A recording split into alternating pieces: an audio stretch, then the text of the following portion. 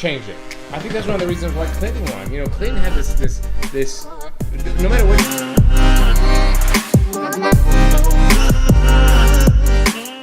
I'll tell you, when we first had this conversation about the letters, you were right. And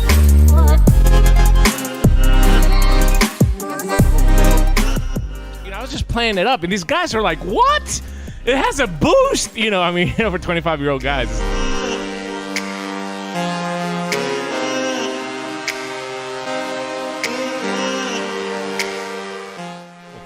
Poor job of organizing, poor job of educating too.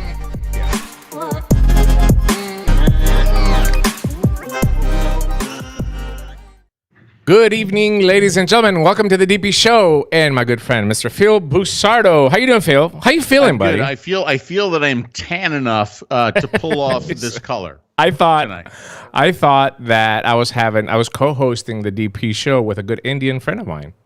I didn't know it was you. I mean, you're just dark, bro. You're just dark. We look like yin and yang. We look like Paul McCartney and Michael Jackson. We look like, I mean, it's just Ebony and Ivory. It looks like I'm a ghost right next to you. Jesus Christ. You really kind of do. Listen, a couple things I got to start off with. Number one, I had all intentions. First of all, I just made a cup of coffee. I'm going to have to run out and grab my cup of coffee. But anyway. You should have done that earlier. I had all intentions this week of sending Jennifer an email wishing her, like, I don't know what's going on with her surgery, but wishing her luck with her surgery. You mean Melissa? You know, seeing how she was doing. You mean Melissa? But I'm old and I forget things. You mean Melissa? You just said Jennifer. Melissa. Yeah, that's close. It was close. Melissa. Completely different name, but close. I'm old and I forget things. But I forgot. So I will ask right now, Melissa, how are you? She answered already. She answered. Make sure that you're doing okay. She answered already. And good luck with the surgery. Whatever. Is your audio working? Can you hear me talking? What? Is my audio working? Can you hear me talking? I can hear you talking. Okay, I just want to say because obviously I had to say 3 times that it's not Jennifer but Melissa. But she answered already in the chat. It's foot surgery and she has to go one at a time. She's going on the 12th, so she hasn't gone yet. So it's not boob surgery, basically. That's what I'm saying. Oh, I was hoping to get the before and after photos if it was. Yeah, yeah. So, but hey, speaking of making inappropriate comments, there's no need to rush the show tonight. Why? Because usually, you know, at 11 o'clock, I like to get the show done so I could, you know, get to my my Pornhub. Yeah, right? Of course, I know your schedule. But today, after listening to the Cuomo tapes, you got your full fill for the day. I did. I got very excited. I read some. We'll talk about it a little bit later, but man, that's crazy stuff what's going on today. Welcome everybody that's coming over from the ST Show. We appreciate you hanging out with us. Good evening to everybody. That's our regulars that are here. And if you're not a regular, why are you not? Why are you not regular? You should be a regular every Tuesday night and get your weekly dose of a DP, please. We really appreciate you hanging out here with us. What we're going to do is, first of all, I'm glad that you're feeling better. It looks like you're fully recovered, and I hope Larry and Mo and everybody else that you spread the disease to is surviving. Look, thank God everybody's doing really good. I think it's pretty much over for me at this point. As a matter of fact, I don't even hear the nasaliness in my voice anymore. Yeah. Every now and then I cough, but other than that, it's okay. And I think my taste is back to the point where I can taste an e-liquid like watermelon peach, the #1 best-selling flavor in the unsalted line, and I can tell you if a device has gooder or outstanding flavor. So I'm going to get back to the reviews hopefully this week as well. Oh man! And by the way, Larry came out on the boat with me this weekend. Larry and Mo. Yeah, we went. I'll show you some pictures a little bit later on. Okay, I'm excited to see that. And it was good to have Larry around again, and his lovely wife Mo. When you go, no, their son is not Curly. When you go with a boat and Larry's with you, are you allowed to like use the handicap boating parking spaces? Yeah, they do. Okay, I just want to make sure because of his age. Anchoring areas. That's fantastic. Yeah. That's fantastic. It's wonderful. It's really, you get really close to the beach. You know? Here's a wheelchair access too. Here's a great question. Is it okay to rub one out to Cuomo? Says Army Man Brad. Let me tell you something, Brad. I have seen Phil Busardo's Pornhub playlist, and it's totally fine to rub one out of Cuomo because some of the shit that's on Phil's playlist is really, really horrible. I saw another really nice comment here from Evan. It's always great when the DP show comes on. I truly love you guys, and we love you too, Evan. Much love. I'll give you a little heart as well too. Phil is going to try to do that. He's not very good at that new age stuff. See, look at that. That's so disgusting. That's exactly what you see at a white van by the river. It's exactly somebody just like that. Listen, hey, be nice. Yeah, Evan, I am absolutely honest about the Pornhub. Absolutely. I'm gonna get my coffee. Nothing wrong. Yeah. Go ahead. 30 seconds. Go ahead. Red Vapes and Advocates. Dimitri, I got the Zenith 201 from the last week's show yesterday. Loving it so far. Thanks. I'm glad that you're enjoying it.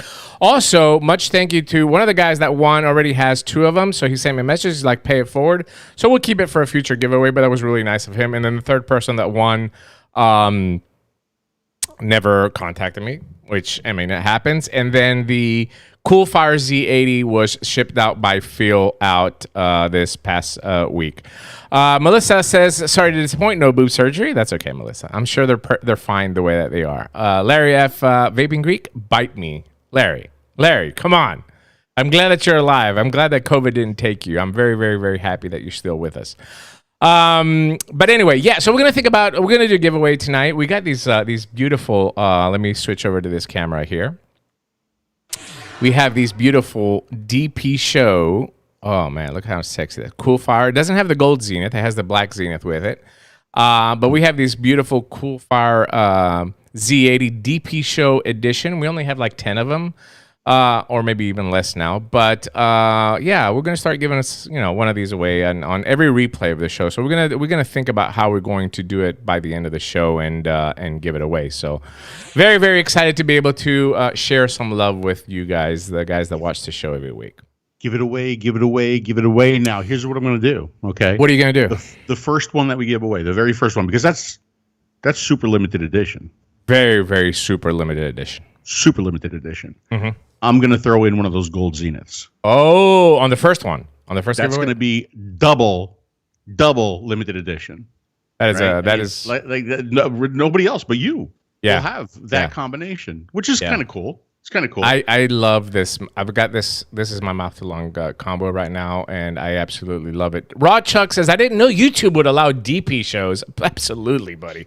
We set the D in the DP, brother. Let me tell you something. Hey, listen, I need to break in here real quick, and I need to tell David Blackman, respond to your Facebook message that I sent you. I need some information from you to complete your prize so I can get that out to you. Yeah. Hey, Andrew K. Andrew K is here. I just ordered some vape bands from him.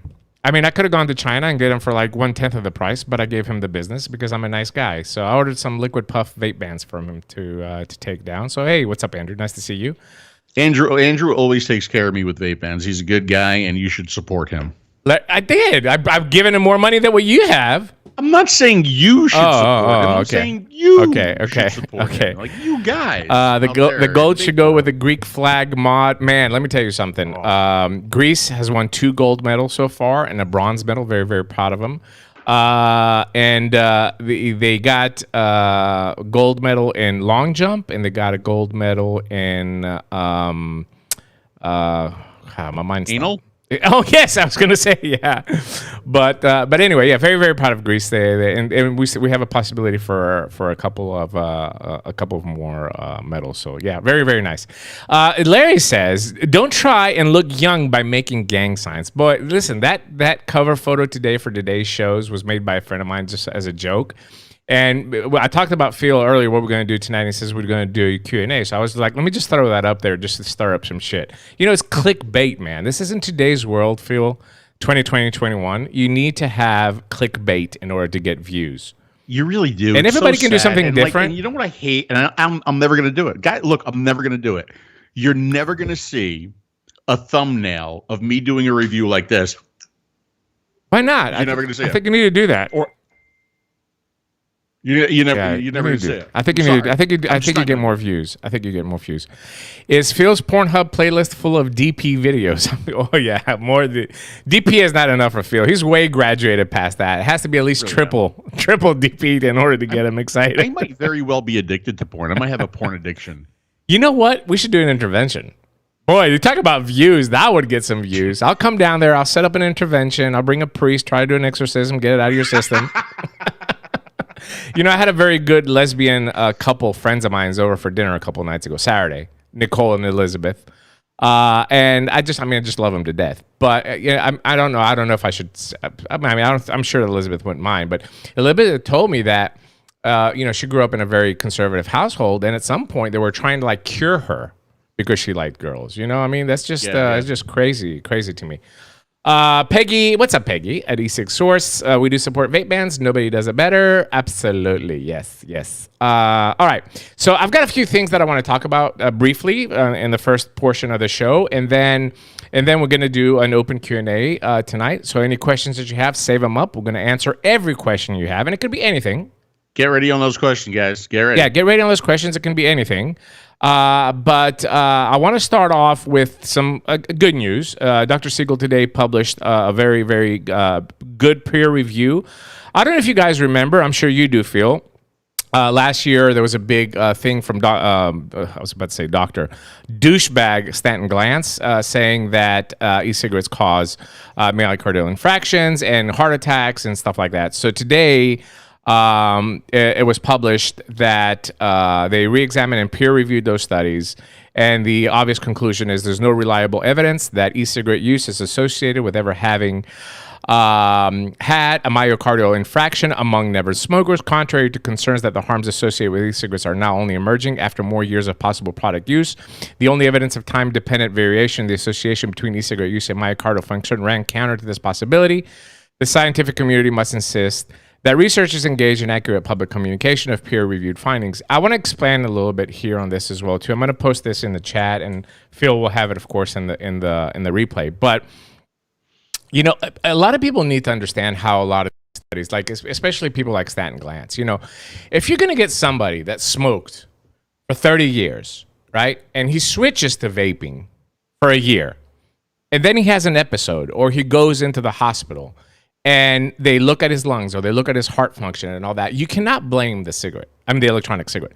And a lot of them did that, right? You have to base it on a smoker, a non-smoker, and make that comparison. And the original study was done back in 2010 by Dr. Farsalinos, where he actually looked at the heart, how the heart responded with somebody that was smoking a cigarette constantly, and how the systolic and the diastolic pressure of the heart was changing.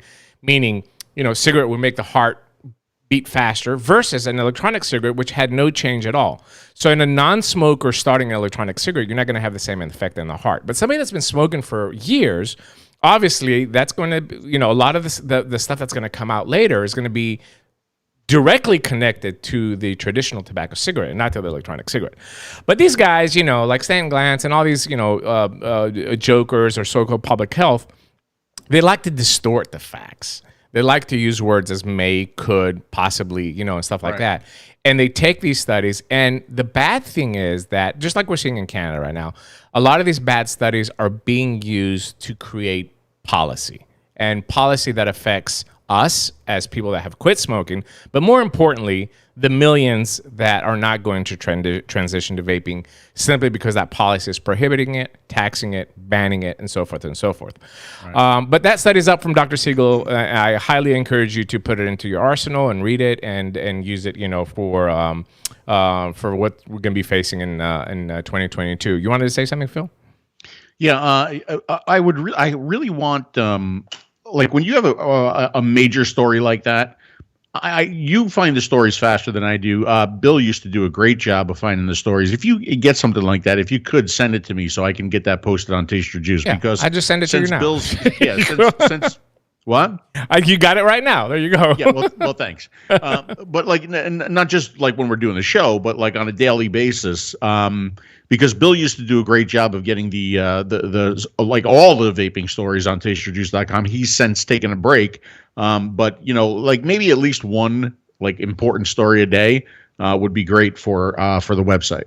Yeah, yeah. I mean, it is important on a scale. On the other scale is that, as always, it's just going to be us looking at the study, and it's never going to get out there. Like, you'd think that after all the bad press that we got about e-cigarettes causing heart attacks a year and a half ago, the same reporters would take this and now make a big stink about, oh, look, that whatever they said back then is inaccurate, but you're not seeing anything. I mean, you're not seeing anything about it. So, you know, that's the discouraging part. And I know how Bill feels, and I feel like, I mean, I'm burnt out as well too, obviously, but I mean, I get it. I get it because you're trying to do something to help. You're trying to do something to help, and then, you know, it's just like you're seeing no results, and it's making things just tough. By the way, we are broadcasting on the Smoke Free Radio Network today on Facebook, since I'm off my Facebook ban, so I'm able to put it on Facebook as well too. But anyway. So yeah, that was the first story that I wanted to say. Just make sure re-examining the association between e-cigarette use and myocardial infarction. It's up there from Dr. Siegel. Now, the next thing that I wanted to talk about today is Canada. You know, obviously Canada is they're gonna, you know, they put a nicotine cap that came into effect July 22nd. And there's a big push to ban flavors, again, using, you know, youth and these bad studies that have come out and so forth and so forth. Brent Stafford has done something new on his website. It's called The Last Stand. It's actually using the Whole Truth campaign, which is, you know, a very toned down abbreviation of the campaign that me, him, and Matt Culley had developed for the United States market. So the plan that we had 3 years ago was the Whole Truth campaign to combat the negative news stories. It never got funded. Whatever, it is what it is. And now he's doing the same thing in Canada. On his regulatorwatch.com webpage, you can get on there and see what he's doing. He's doing these little snippets of videos, right? So it's just addressing all the false fear-mongering propaganda on specific issues, okay? So, for example, this is a video that says nicotine vaping is not responsible for lung. You know, what did we go through a couple years ago with these lung illnesses? So what he's done is like a 2-minute video. Here, I'll play just a little bit so you'll see. So this is a 2-minute video that's addressing this specific. There is no disease that is caused by vaping, by electronic cigarette use. No one is going to die from using electronic cigarettes once a week, once a month. There is not a single piece of evidence on anything that they are saying. It is impossible that e-cigarettes, meaning nicotine-containing products, are the reason for this disease. It is more than obvious that THC oils are the cause of the lung disease epidemic and the cause for the disease in the Canadian case, which is not popcorn lung disease. It is obvious that it's not THC the cause of the disease, but some solvents or additives or thickening agents that were used in these black market. So you get the point. What he's done is taken snippets from his interviews that it's addressing specific issues, and you can go down here. You can see he's got other one. Let me go back to this page here. You can see that on this particular page, this is The Last Stand. You'll see smoker is the public health crisis, not vaping. Another one, teen smoking. So he's taken like 2-minute videos of snippets from all his interviews to address these specific topics that we hear in the media every day, right? Youth vaping, false stories about false studies, all that, and put it on here. He's going to keep adding videos to it, little 2-minute snippets. You know, look, Brent's doing a great job with this. Throw him some support, throw him some money as well too to keep him online, and hopefully this Whole Truth campaign picks up some steam and it's able to be funded there, unlike the lack of here in the United States that really could have taken something fantastic, and it just never happened. Yeah. As always, all of Brent's full shows are always rebroadcast or republished anyway on Taste Your Juice too. Yeah. Hey, Chris, what's up? Nice to see you. Thanks for keeping me off them nasty cigs. Yeah, man. Yeah. But anyway, Canada is you know, they're heading towards that way, and I saw a question on the chat earlier. that what's going to happen to the #1 unsalted watermelon peach. Stock up now. Buy 1,000 bottles right now. Buy 1,000. No, I'm just kidding. I mean, look, I don't know if short fill is going to be the answer for Canada, and but I'm telling you, and I think that the guys in Canada understand the power of media. We had that when me and Phil went and visited Flavor Art. We had this conversation with Daryl and some other people in I think we were in Flavor Art in the office. But they understand the power of PR. If this whole truth campaign was in effect in America 3 years ago when we planned it, things would be different now. I guarantee you it would have been different. And hopefully Canada takes it seriously as well, too. You need to get out there in the public eye and dismantle these myths. And the only way you can do that is money. The only way. There is no other way. Nobody at any network that is a for-profit network cares that you quit smoking with vaping. Nobody gives a shit. What they care about is for you to cut them a check. And once you cut them a check, you can get on there and say whatever you want to say. Well, I mean, up to it means, to be within legal standards. But that's exactly what needs to be done. You need to change public perception. You need to let the public know that Health Canada and the Canadian government is using false, misleading studies to create policy. And that's exactly what's happening now. Anything you want to add to that, Phil? No, that's pretty much it. You got. Yeah, I wish that plan that you had in place, ready to go. Oh boy, do I wish that had gone and moved forward. Yeah. There's nothing that we can do to get the word out because we, since day one, have shared all of this great information amongst ourselves. The great movies. You don't know nicotine and A Billion Lives. We went to watch. Yeah, right. Yeah. It just I know nicotine though. I mean, you know what I'm saying? No, I know. But we never got any mainstream coverage ever. Yeah, ever. Never. Never. Even with the protests and everything. Nothing. The things that we did in Washington. Nobody covered it. Yeah. And if we can't get them to cover it, like here and there, it can't be like that. It's got to be a big push, a big campaign. It's got to be in people's face all the time. Yeah. And there's no way that's going to happen now. Yeah. And you need to have people that can shut this thing down. You need to have people that can get in front of a camera and be able to accurately, briefly, and with a very strong presence, dispel like whatever the opposition is throwing to you. I vote Dimitri. Yeah. I mean, you need to have that. You need to have somebody that can think very, very quick and be able to answer in the correct way. Which again, the few spotlights we've had, and I can go back and reminisce in the last 10 years of, people getting on there speaking about something completely irrelevant than what the topic is. Just because, I get it, they're passionate and all that, but some of the stuff that I see is just ridiculous. Bill reminded me that during the Canada Bill S5 hearings, that's when they started to regulate vaping, and everybody was happy, like, oh, look at Health Canada, they're doing everything great. Remember, we had that conversation too in one of our shows. I think it was a smoker show that we talked about it a couple of years ago. Health Canada stated how critical it was for adults to have vaping flavors to help them keep them away from going back to smoking. And they also stated absolutely that they would not ban flavors, just marketing and promotion descriptions of specific flavors, which we saw because, even with the unsalted line, we had to make adjustments in the names. And we wanted to call the watermelon peach feels sexy juice. I thought that was a really good name, but it was not allowed. But we get it. We understand. But now, once they took control over vaping, all that was, lies because now they're pushing for a flavor ban. So it's the same here. We said, the big VTA model was 21 and done. Like, let's pass 21 and leave everything else alone because that's going to fix the issue. And I'm not going to say, I am on record here and on the Smoke Free Radio show that I'm against the 21, right? But I went along with it. Because everybody else was going along with it. But look what happened. We gave them 21, done. It was not done.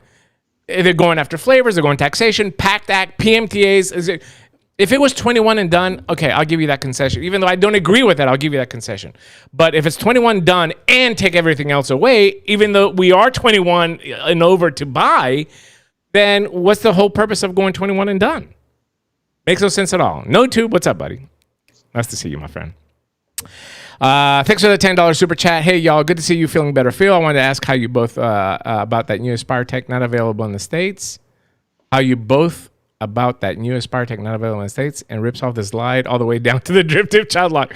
Well, I'm glad. I mean, we inspired. That's what we did. We inspired Aspire to make a Slide 2. We haven't made a Slide 2 yet, so I'm assuming Aspire wanted to make a Slide 2.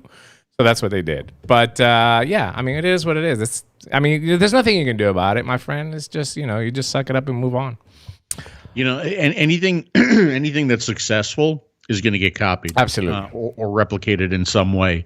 That was something that really drove people crazy earlier, in vaping with all of the clones and replicas. But I'll never forget. Oh man, I'm going to forget his name right now. I'll never forget, but I'm going to forget his name. He said that, you can bitch and you can whine about, a clone or a replica, or you can look at it and say, wow, I must be successful. Somebody's copying our stuff. And let me tell you something. We've seen Aspire copy not only this, but a lot of other things that we've done and have talked to them about. We've seen that from eLeaf and Joytech. We've seen that from, several different companies now. Gonna go in the book. Do I like it? No. Do I think it's the right thing? Like even naming conventions now, we're getting it is what it is, ripped off. But what are you going to do? What are you going to do? You're going to fight it? You're going to argue? You're going to lose sleep over it? No. You just say, well, I guess we did something right. Yeah, what me and Phil did is we sat and we worked on the Zenith 2, and instead of arguing or making, I mean, we could easily make a video like Tony B or somebody and come out and say, oh, fucking Aspire, whatever. It is what it is. We just sat down, we focused on our products. We came up with the Zenith 2. Eventually, we're gonna come with a Slide 2 and just keep moving on. That's all we can do. But anyway, David says the Z80 Zenith 2 kit is the best combination of convenience and vape quality I have found. Great job, guys. Thank you so much, man. We really, really appreciate that. That's very, very sweet of you. Wait till you get your custom engraved one any year now. Gets what? He's got a custom engraved one coming. Oh, does he? Yeah, that David. He's the fiddler. Oh, yeah. Well, I mean, I don't know. I never got an engraved one, so I don't know how David's getting one, but I'm happy for you. Melissa Simmons says, I should marry a billionaire and go after them. Melissa, then you shouldn't have ankle surgery. You should have boob surgery. If you want to get a billionaire, you really need to invest in that. Hey, Breeze, what's up, man? Nice to see you, Breeze Tones. I'm close to $1 billion. What? I'm close to $1 billion. No, we're talking about dollars. Oh. Yeah, shit. yeah. Okay. Yeah, we're talking about $1 billion. Oh, we got to sell a lot more Zeniths. Billion. We're probably close to 1 billion coils. But that's like, 2 cents on a coil. But anyway, Andrew says, getting cloned is humbling in a way. I always looked at it as verification. Yeah, I don't necessarily agree that it's verification, but I mean, we've seen it through all the entire history of vaping. It's happened all the time. How people respond to it, I think, is telling. It is what it is. There's nothing that you can do about it, really. There's not. So all you do is just focus on your technology and focus on trying to do, the next thing. I think that's how, technology progresses, and it is what it is. I mean, look, Apple watches. I mean, I can go on and on. Everything is taking technology in cars from one to the other. It just happens. It is what it is. Drama could help the DP show with those mod wraps and possibly other products. Thanks for the $5 super chat, Christopher. Thanks, man. That's really. We're trying, buddy. I put a Bachelor thumbnail today on YouTube. Everybody's like, "What'd you do? You're on the Bachelor." But whatever. It is what it is. I do want to say that based on what I was just saying now with this last stand and the volley that I was just talking about, there was a huge story that broke out today on some of Vapor's favorite website on Breitbart.com. This is crazy. It's just absolutely. This is absolutely nuts, folks. I don't know how this is not making the rounds, but I will share it with you here today. So, Chinese scientists have demanded to do COVID tests on vaping injury patients from 2019. All right. So I'll give it to you short if you want to, or I can expand on it, whichever way you want. But it's really, really crazy. What they're basically saying here is that the coronavirus didn't really start in Wuhan or in China, whatever.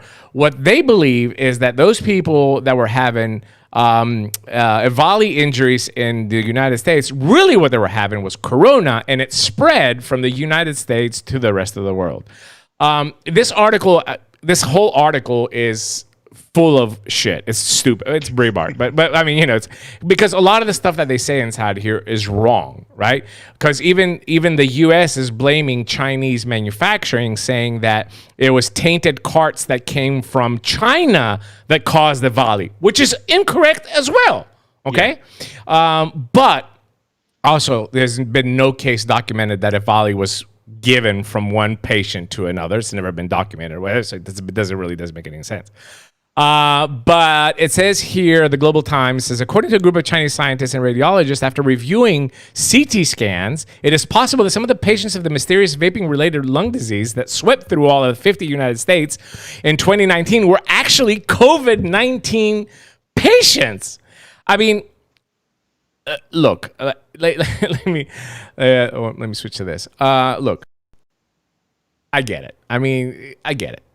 Chinese, they're just trying to make look good, and they're coming out here and they're just really grasping at straws here to deflect whatever happened with the COVID. But clearly a 𝗣𝗵𝗵𝗶 happened because some drug dealers in California in a very specific area were getting these carts. They were filling them half with THC and half with acetate, vitamin E acetate oil to make it thicker.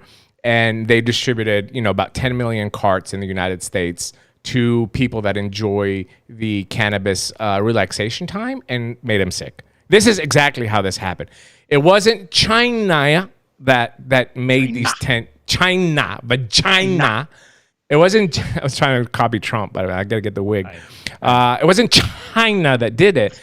China was sending the hardware here. The carts were filled in California. They were not filled here. They were not filled in China.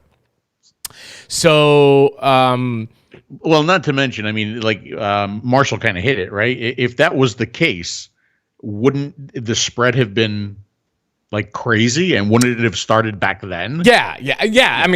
What they're saying makes absolutely no sense. There's absolutely nothing that can correlate this. From a lung perspective, a vitamin D acid caused issues in the lungs because you were inhaling oil. But if you look, I guess, at the chest X-rays between a COVID patient and an 𝗣𝗵𝗵𝗶 patient, they might be similar because COVID does cause issues in the lungs, in the respiratory system, and that's why we see people intubated and stuff like that. I get that, but the two things are completely different. There's absolutely no connection between the two, but I get it. Like Chris Rock said, OG didn't have to kill his wife, but I get it, right? I understand what they're trying to do here from a public perspective, but whoever wrote this article, which is Francis Martel on Twitter, if you want to find him. Francis Martel is on Twitter. This is his Twitter. Let me just put it out here real quick. If you want to tweet her.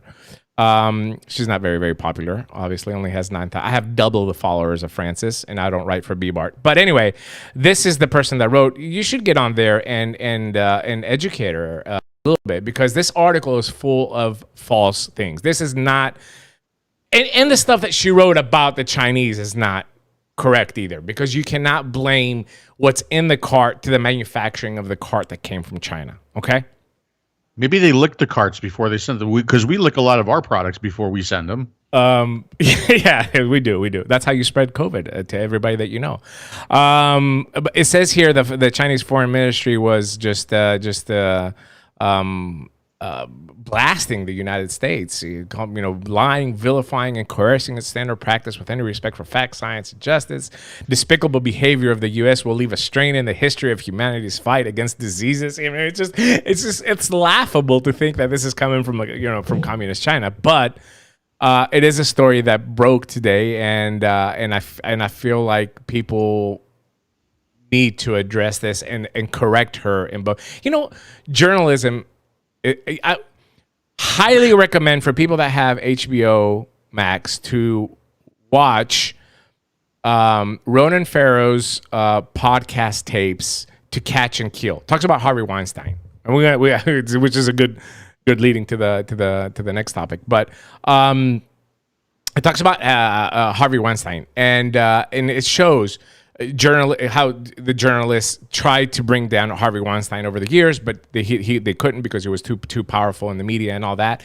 And when Ronan Farrow actually had the evidence that we're going to bring down Harvey Weinstein, I have the evidence to show you that he's a rapist, he's a sexual harasser, he's been doing this for years and getting away with it. NBC did not run the story. Like, the NBC head of news did not run the story. So, folks, if that does not tell you that journalism is dead in America, I don't know what will. But there is absolutely nobody that does any research in the journalism field anymore, in my opinion.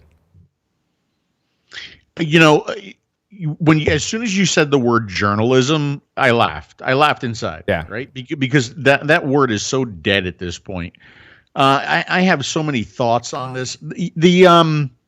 When COVID started, I made the statement. I think I wrote it on tasteyourjuice.com, where I said, you know, with all of the bans and the shutdowns and everything that they were doing, and I still believe this, the one thing they need to shut down and ban that would heal this country and other countries in so many ways would be mainstream media in its current format.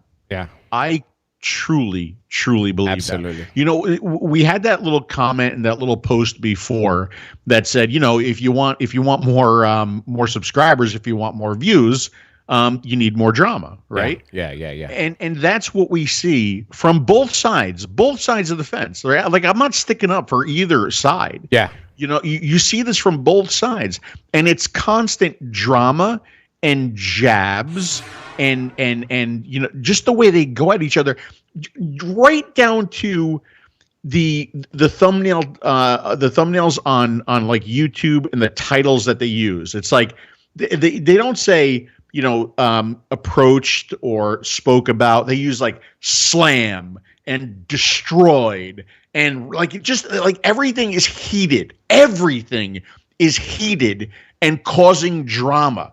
But the problem is now it's affecting people. It's affecting everyday people who watch this stuff and get enraged. Whether they're getting enraged on the left or they're getting enraged on the right, or if they're right in the center and they're getting enraged. And it's affecting everybody so negatively, and it's just got to stop. The problem is it's not going to stop. And it's just going to continue to get worse and worse and worse. Yeah. Because now we have constantly information. We're getting information from, you know, you go to YouTube, there's all this information and all these clips that I could click on. I got my phone. My phone is constantly in my face all day long. And here comes all this information. All this. We're like, it's like we have IV, you know, in our arms, and we're getting fed all of this information. It wasn't like that years ago. Yeah. You know, your news was like the 6 o'clock news that you watched every day, and they went through the stories, and you got the stories, and you moved on with your day and your life, right? And you were forced to make your own opinion. And that's what it should be. We should be forced to make our own opinion, but we're not, because now news and mainstream media is maybe 5% news and 95% opinion. Yeah. And it's just it's terrible what's going on. It's horrible what's going on. It's horrible. And there's so much anger and so much, you know, I mean, I get it, but you know, I was just thinking the other day, I always like to recommend good stuff that I find on TV. I saw again on HBO, they have a documentary on Woodstock 99. You should watch it. It's really a 2-hour documentary on that, and just kind of went through what went wrong and all that. You know, Woodstock 99 was mostly, you know, young white males, you know, like 500,000 of them there, right? So, and it was just talking about this anger. Like, I don't understand why these kids are so angry today, Phil. And it's all because of the shit that's being fed to them through the phones and all that. Look, you have right now, in today's world, when you're an 18-year-old boy, you have a phone, you have Call of Duty, and unlimited free porn. Like, if I had all those three things when I was 18, You know, I would not be angry at all. Like, what is wrong with these kids? You know, I had one porn magazine that I kept in I had it hidden so good because I only had one, and to get that I had to go through, you know how it is back then in those days. But these kids are so angry, but it's all because what's being fed in their brains constantly through the media. They have no reason to be there. Out of those three things, I would gladly give up my Call of Duty and my phone. Gail Fall says, hello, Phil. I live in Michigan. Where and how can I buy the new MTL? Here you go. My sweetheart. Element Vapes. There you go. Available right now. They're out of ash gray, but all the other colors are available right now. Element Vape or myvaporstore.com. So I hope that helps you out if you're ready to buy that. Billions premiere September 5th. I cannot wait. Billions is one of my favorite shows. Absolutely. I'm very, very excited for Billions. Also, another really good show that I've been watching lately, The Good Doctor. Very good. You should watch that. And and also the other show that I'm watching is on Showtime with God, my mind stopped now. I'll tell you in just a little bit. With the black guy that oh my God. Black Monday. So yeah, I was very descriptive with the black guy. But anyway, so before I'm going to switch now from that to what I wanted to talk about earlier. But I'm going to give you an example. We talked about last week, like vaping is dead or not. I'm going to give you an example. I had a guy. I don't know if I should. Fuck it, I'm going to show you his name. I had a guy that transitioned from vaping and he got into the CBD and all that stuff and all that. So he sends me a message on LinkedIn. LinkedIn is supposed to be like, it's not Facebook. People, if you're using LinkedIn, it's not Facebook. Nobody wants to see what you're eating. Nobody, it's not, LinkedIn is not Facebook. So he sends me a message on LinkedIn. Okay, here's I'm actually going to show it to you. I don't care. Here, I'm going to switch here. All right, let me see if you can. Oh, you can't see it. I gotta make this a little bit. Hold on. Let me see if you can see. Oh, there it is. So, hope you're doing well. Oh, shit. What happened? It became big again. Hold on. Oh, my goodness. Okay, here we go. I got it now. There it is. So, hi, Demetrius. Hope you're this guy knows me from vaping. This is how bad these people are. Hi, Demetrius. Hope you're doing well. This is Carlos with FlameUSA.com, and I wanted to invite you to check out our website to see our Delta 8 and Kratom products. If you like what you see, you can send me an email. I believe you guys would be a great fit to sell our products, and we can all make a profit. Have an amazing rest of your day.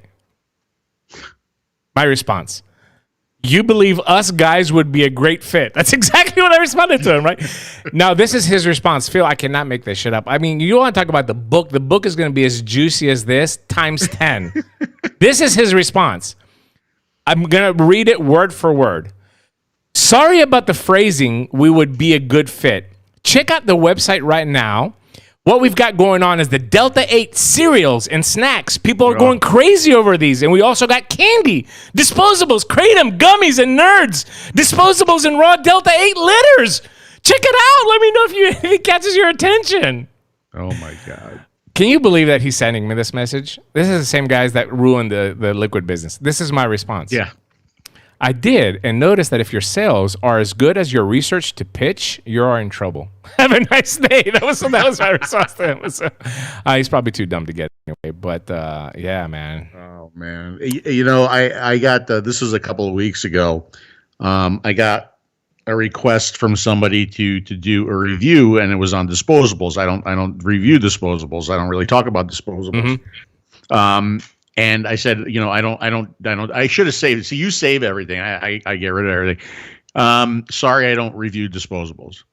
But ours has extra large batteries. 75,000 puffs in one disposable. It was like number of puffs. And I'm like, sorry. I said, I don't look at disposables. But ours has some of the best flavors on the market.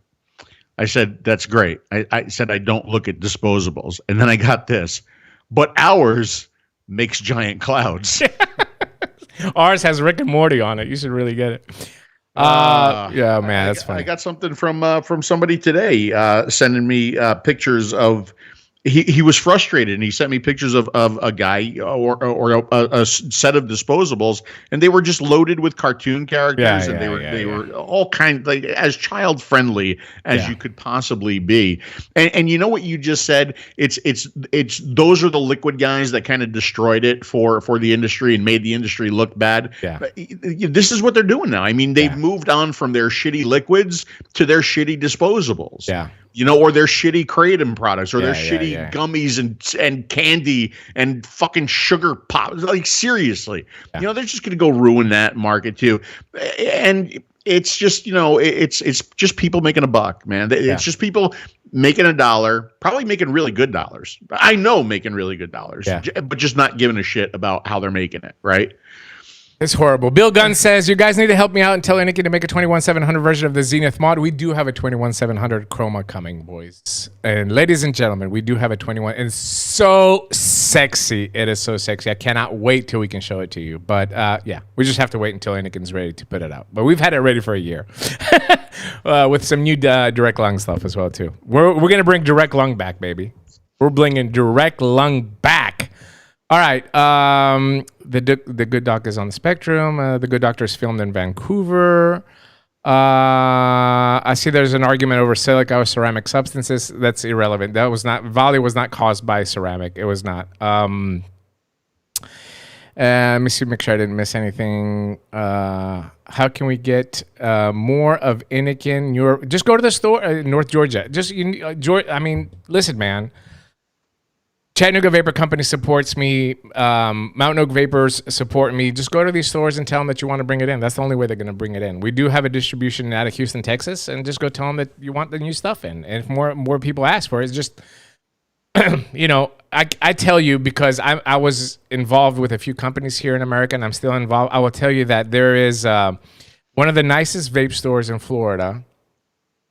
I shouldn't say that. I shouldn't say the name. But one of the nicest vape stores in Florida that I helped get off the ground right now is selling 60% of the revenues coming from Delta 8. So, you know, why would they bring in a Z80? That makes no sense. They're not going to sell. All right. What was I going to say? Chris Armstrong, I have to go, everyone. Have a great night. Show, DP show, please. If possible, email me some info on ordering direct from Inikin. We're wanting to plan a vape store in Seattle, carry only Inikin. Chrissa, I have the response for you right now. J-A-Y-J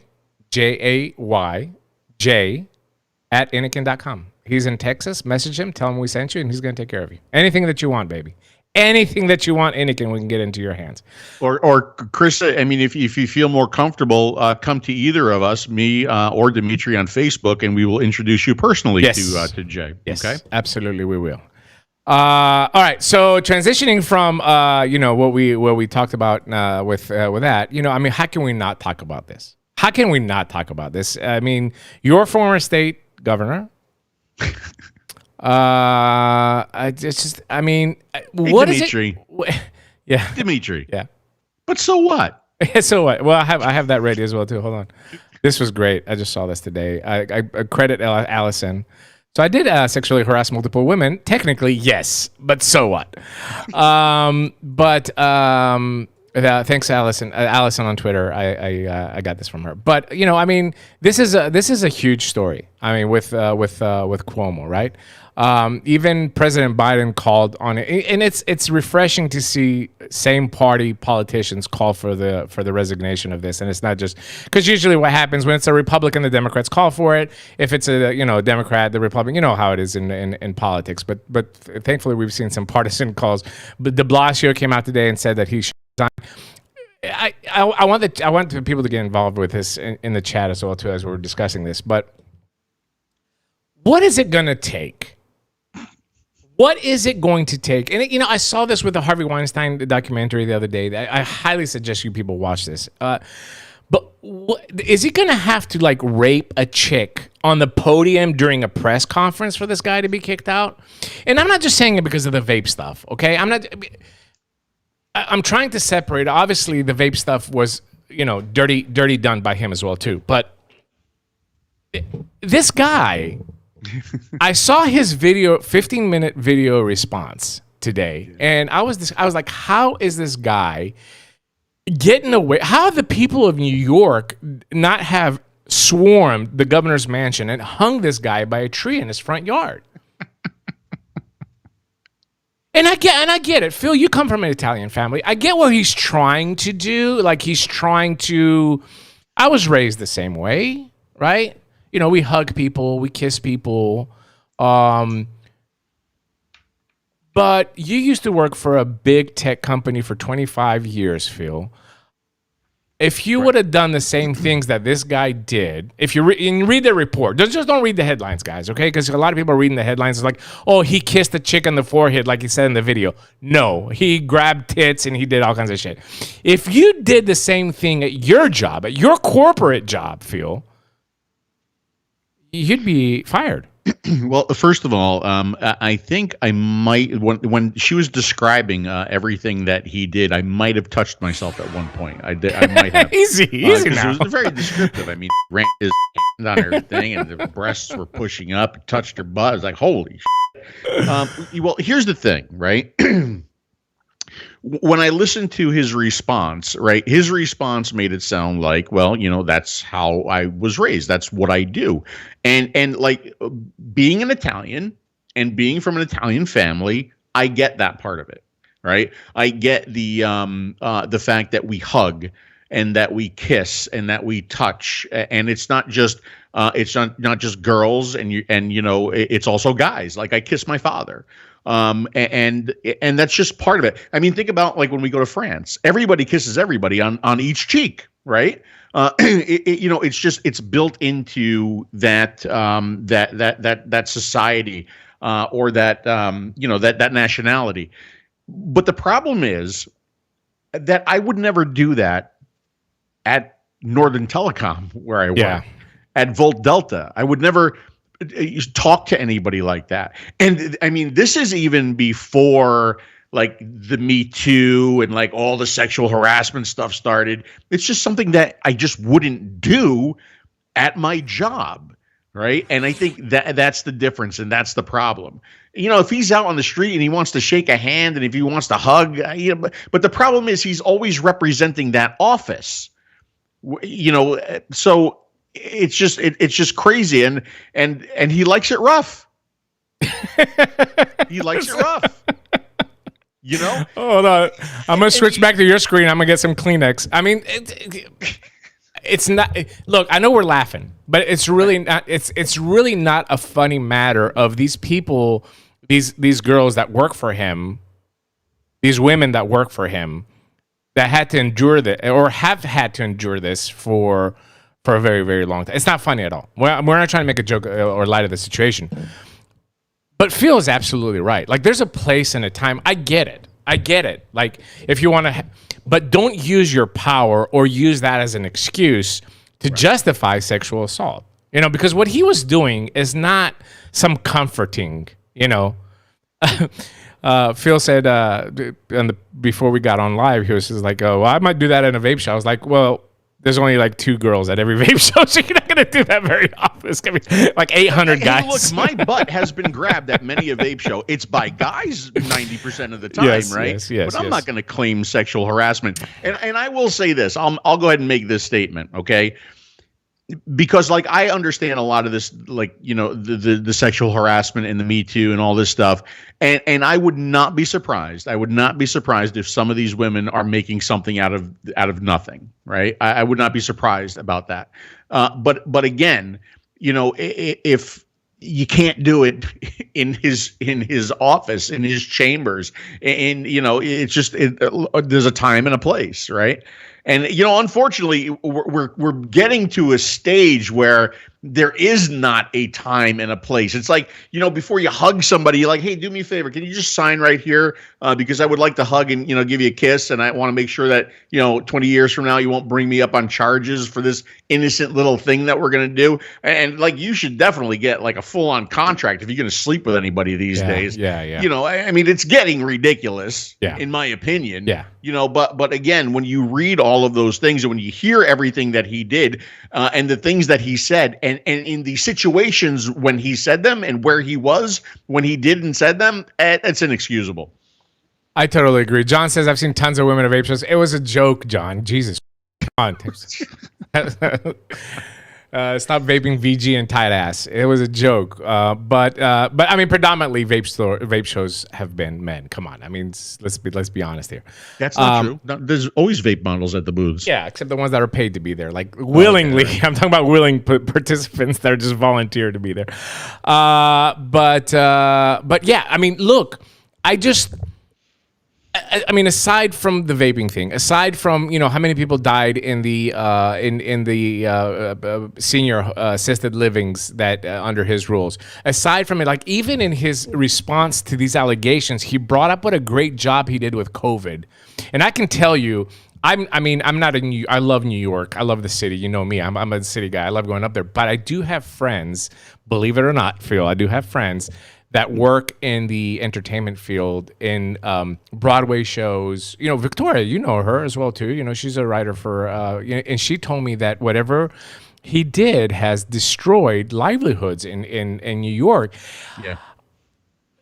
Put all that aside. Put all, which is all offenses that he should be stepping down.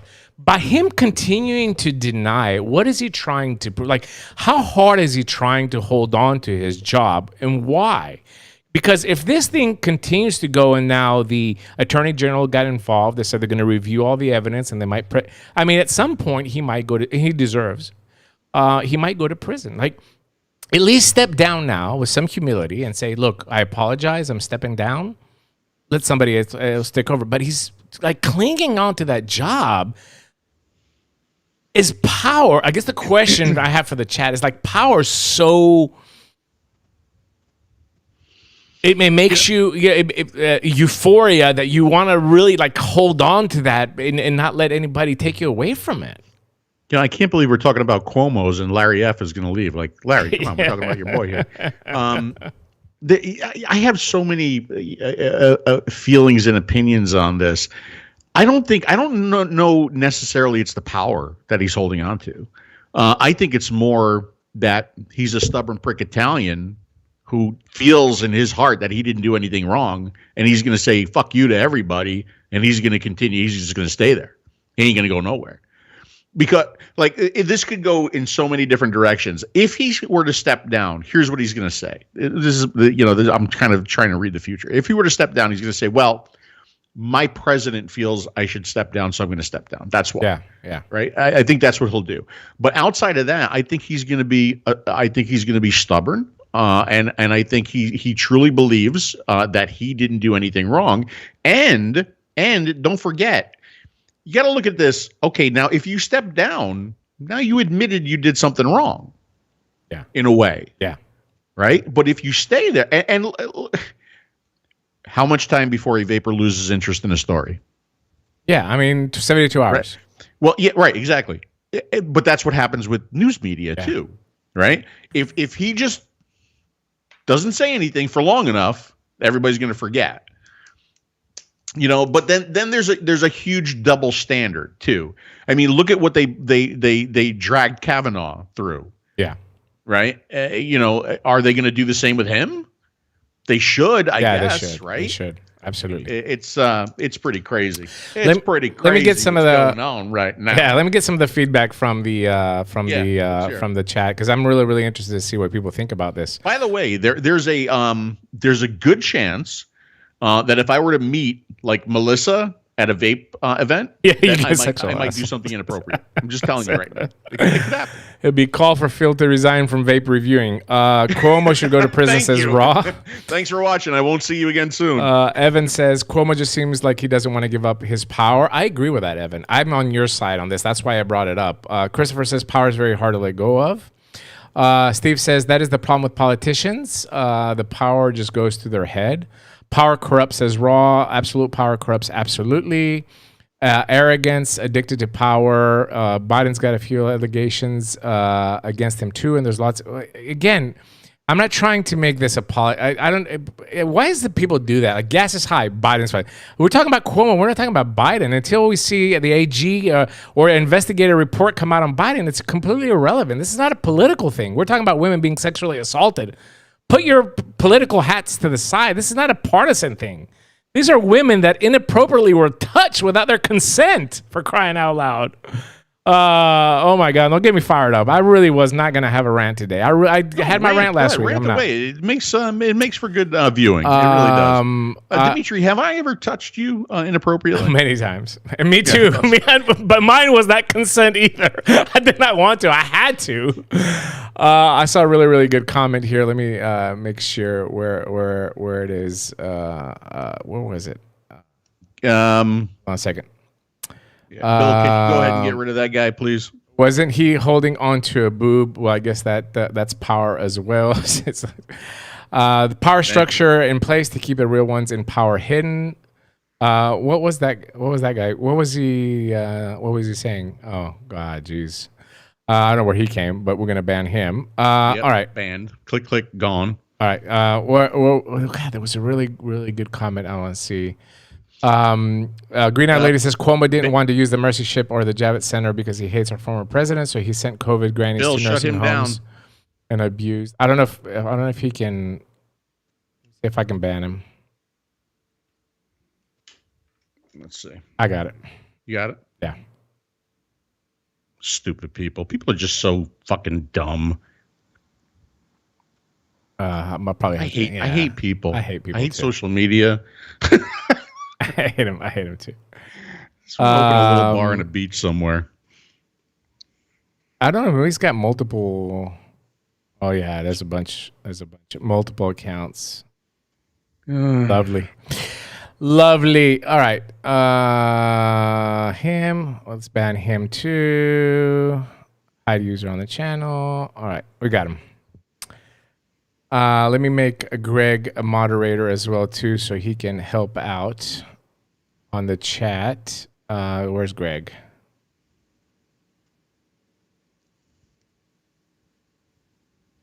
Why is the chat so slow? Queen's Guard. Jeez, people are dumb. At least we're getting a lot of views. That's good. That's gonna help the. Yeah, absolutely. Yeah, some kind of a. Let me switch the chat to.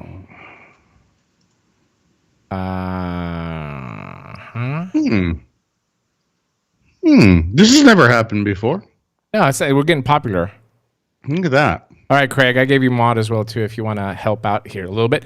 But anyway, we're getting hits. That's good. That's good. And there's a way we can change the chat into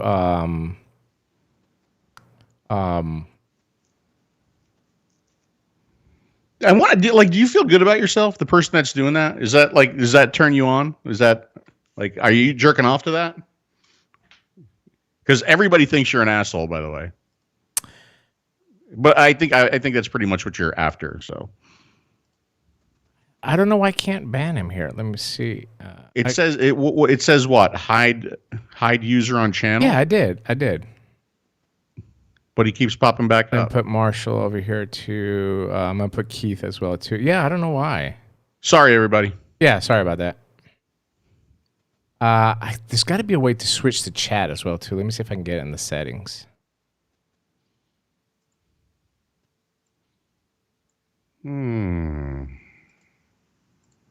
Wow, it's just lovely. It's like these people are just unbelievable. All right, customization. Let me see if I can change the chat to slow mode. Subscriber only chat. That's what John Haymaker is saying. Yeah. I'm trying to. I don't know where it's at, John Haymaker. So that's where I'm trying to get it.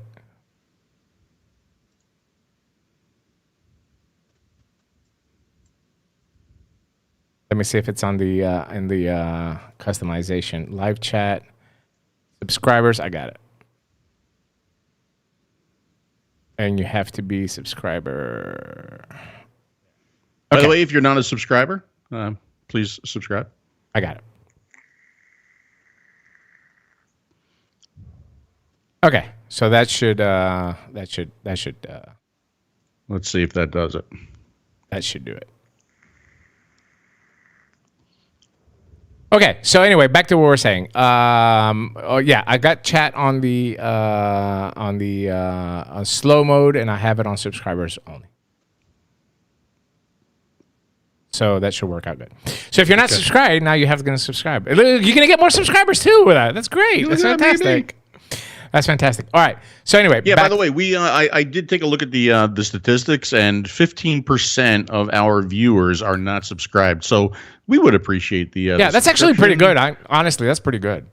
It's not bad. That's pretty good. Bad. Yeah, it's actually not bad. But for those 15%, we would appreciate the subscription, and we would appreciate a thumbs up as always too. Yeah. Why should I turn slow off, Keith? It's easier to control it that way. Christopher, thanks for the $10 super chat. Character on the floor laughing really hard. All right, so let's finish up this thing with Cuomo. But which, by the way, let me just point this out. Parents against vaping. Oh boy. Twitter should have like a expiration date on some tweets because some of them just don't age very well. Like the only thing I just want to point out that his hand are on both of their asses. That's exactly what I was gonna say. Like the only thing I can do when I look at this picture is like he's probably finger banging both of them right now. You know what I'm saying? I mean, just why is this tweet still up after what happened today? Like Parents Against Vaping, you have two women sitting next to an accused, I should say, sexual harasser right now. And this tweet is still up. So what does that tell you about Parents Against Vaping? Would they really care about the kids? If they care about the kids, it's going to be, it's going to be... grab that photo and resend it, retweet it. We do some pretty good tweets. We have. It's I can't stand Twitter anymore. To me, Twitter is a cesspool. It's a cesspool of disgusting people that hate each other. Well, it's better than Facebook. I tell you, Twitter's better than Facebook by far. It all sucks. What do I think about Jay Hayes' new electronic scooter company? $10 super chat, Christopher. I think that Jay did a great job promoting himself on this.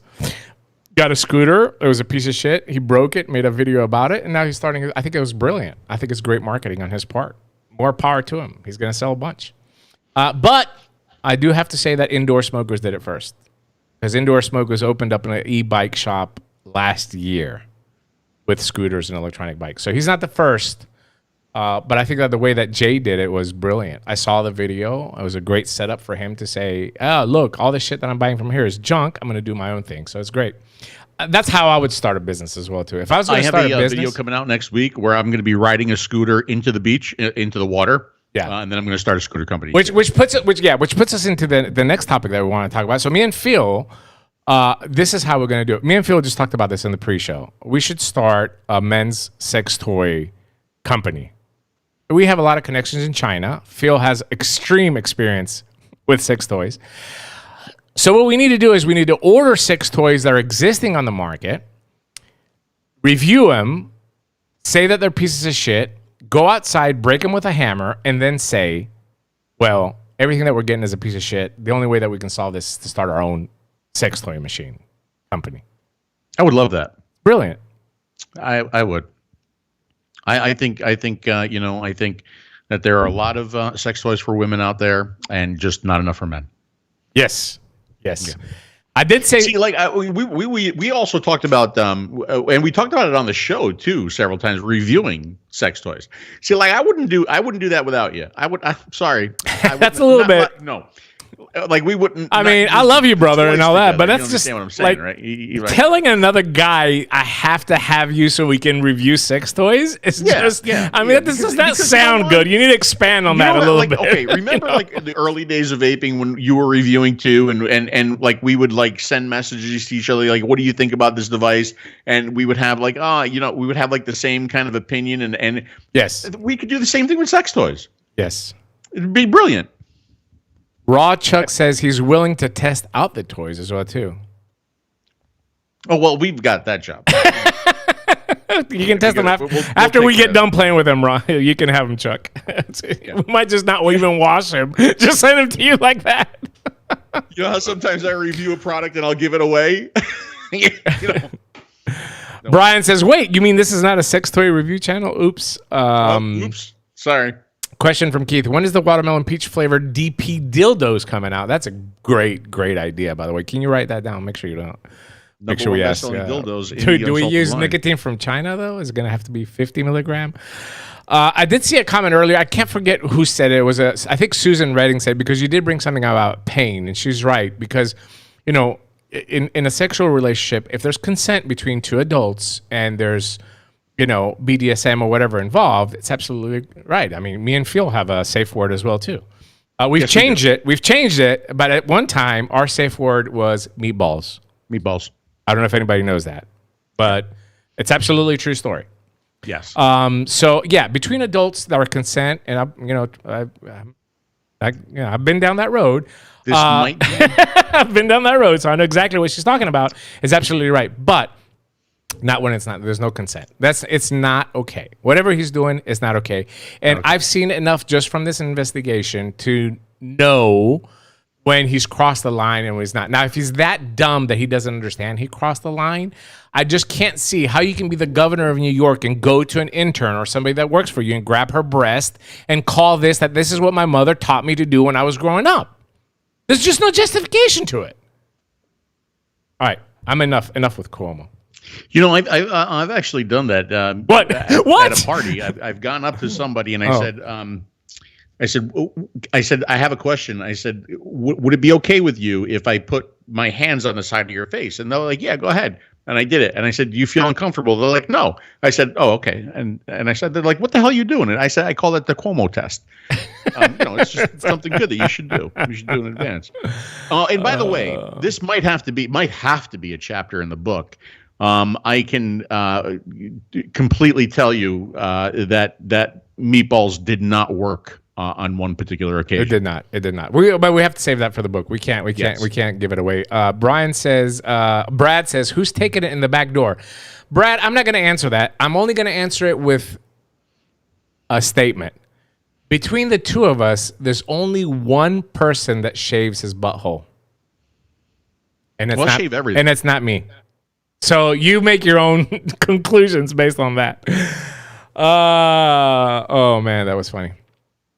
All right, what's the best PGVG for lube? Says Brian. You should know this, Phil. You have a lot of lube. 100% VG. 100% I've got 𝗵𝗵𝗃 jerk juice right in the back there. I got the bottle. It's all set, all ready to go. PG, not good. Very, very harsh on the butt hit or throat hit or whatever. Yeah, all VG, 100%.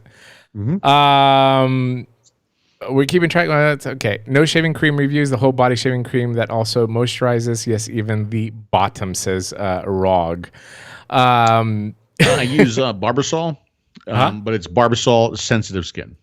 Barbasol sensitive skin. That's what you use. Yeah, I have to use Barbasol because I got to use cheap shaving cream. I was about to say, as much as you shave, you go through gallons of it. Yeah, I go through a lot of shaving cream. Ain't no lie there. Breezestone says, I'm wondering how many politicians have pierced chesticles now. Oh man, I don't know, man. That's just the thought of that is.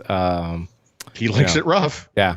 Oh, I need to show you this, by the way. But guys, you're not going to believe this. Uh-oh. You're not going to believe this. I love the direction that this show is taking. It's gone really downhill very, very quick. Yeah, by the way, we are open.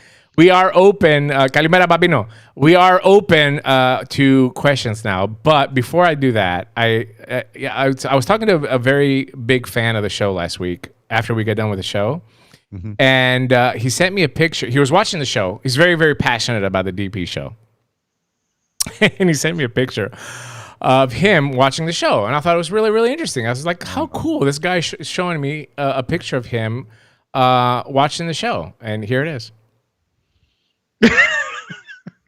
He's literally taking a shit in the bathroom with the DP show in between his legs.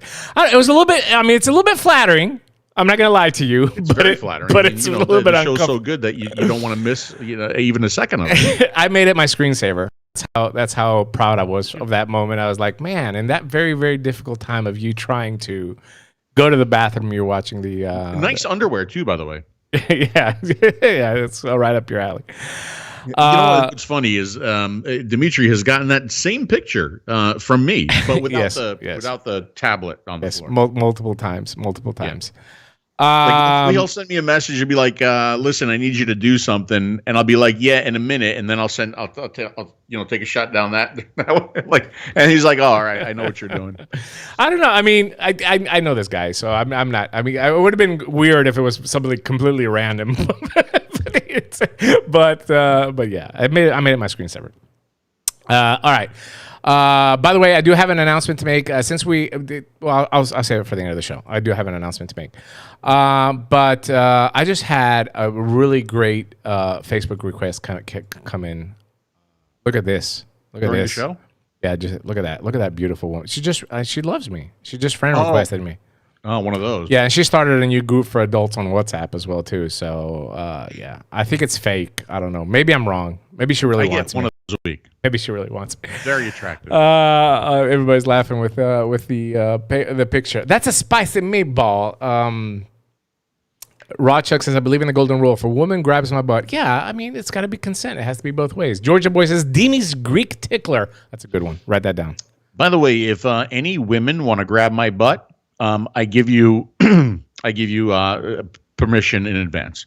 Yes, absolutely. Yeah. Yes, absolutely. I consent. Any woman, fully consent. As long as she has a pulse, that's all we're looking for. That's what we're looking for. The Vaporcast says, I had a vape shop 5 years. I vape 250 mils a week. I'm not dead or lung cancer. Congratulations. And you're not going to be. Question from Army Man. Somebody asked before, where can they get Watermelon Peach, the #1 best-selling flavor in the unsalted line? Absolutely. Watermelon Peach, delicious. It's absolutely delicious. It's very By the way, good. first thing that I could taste coming out of COVID.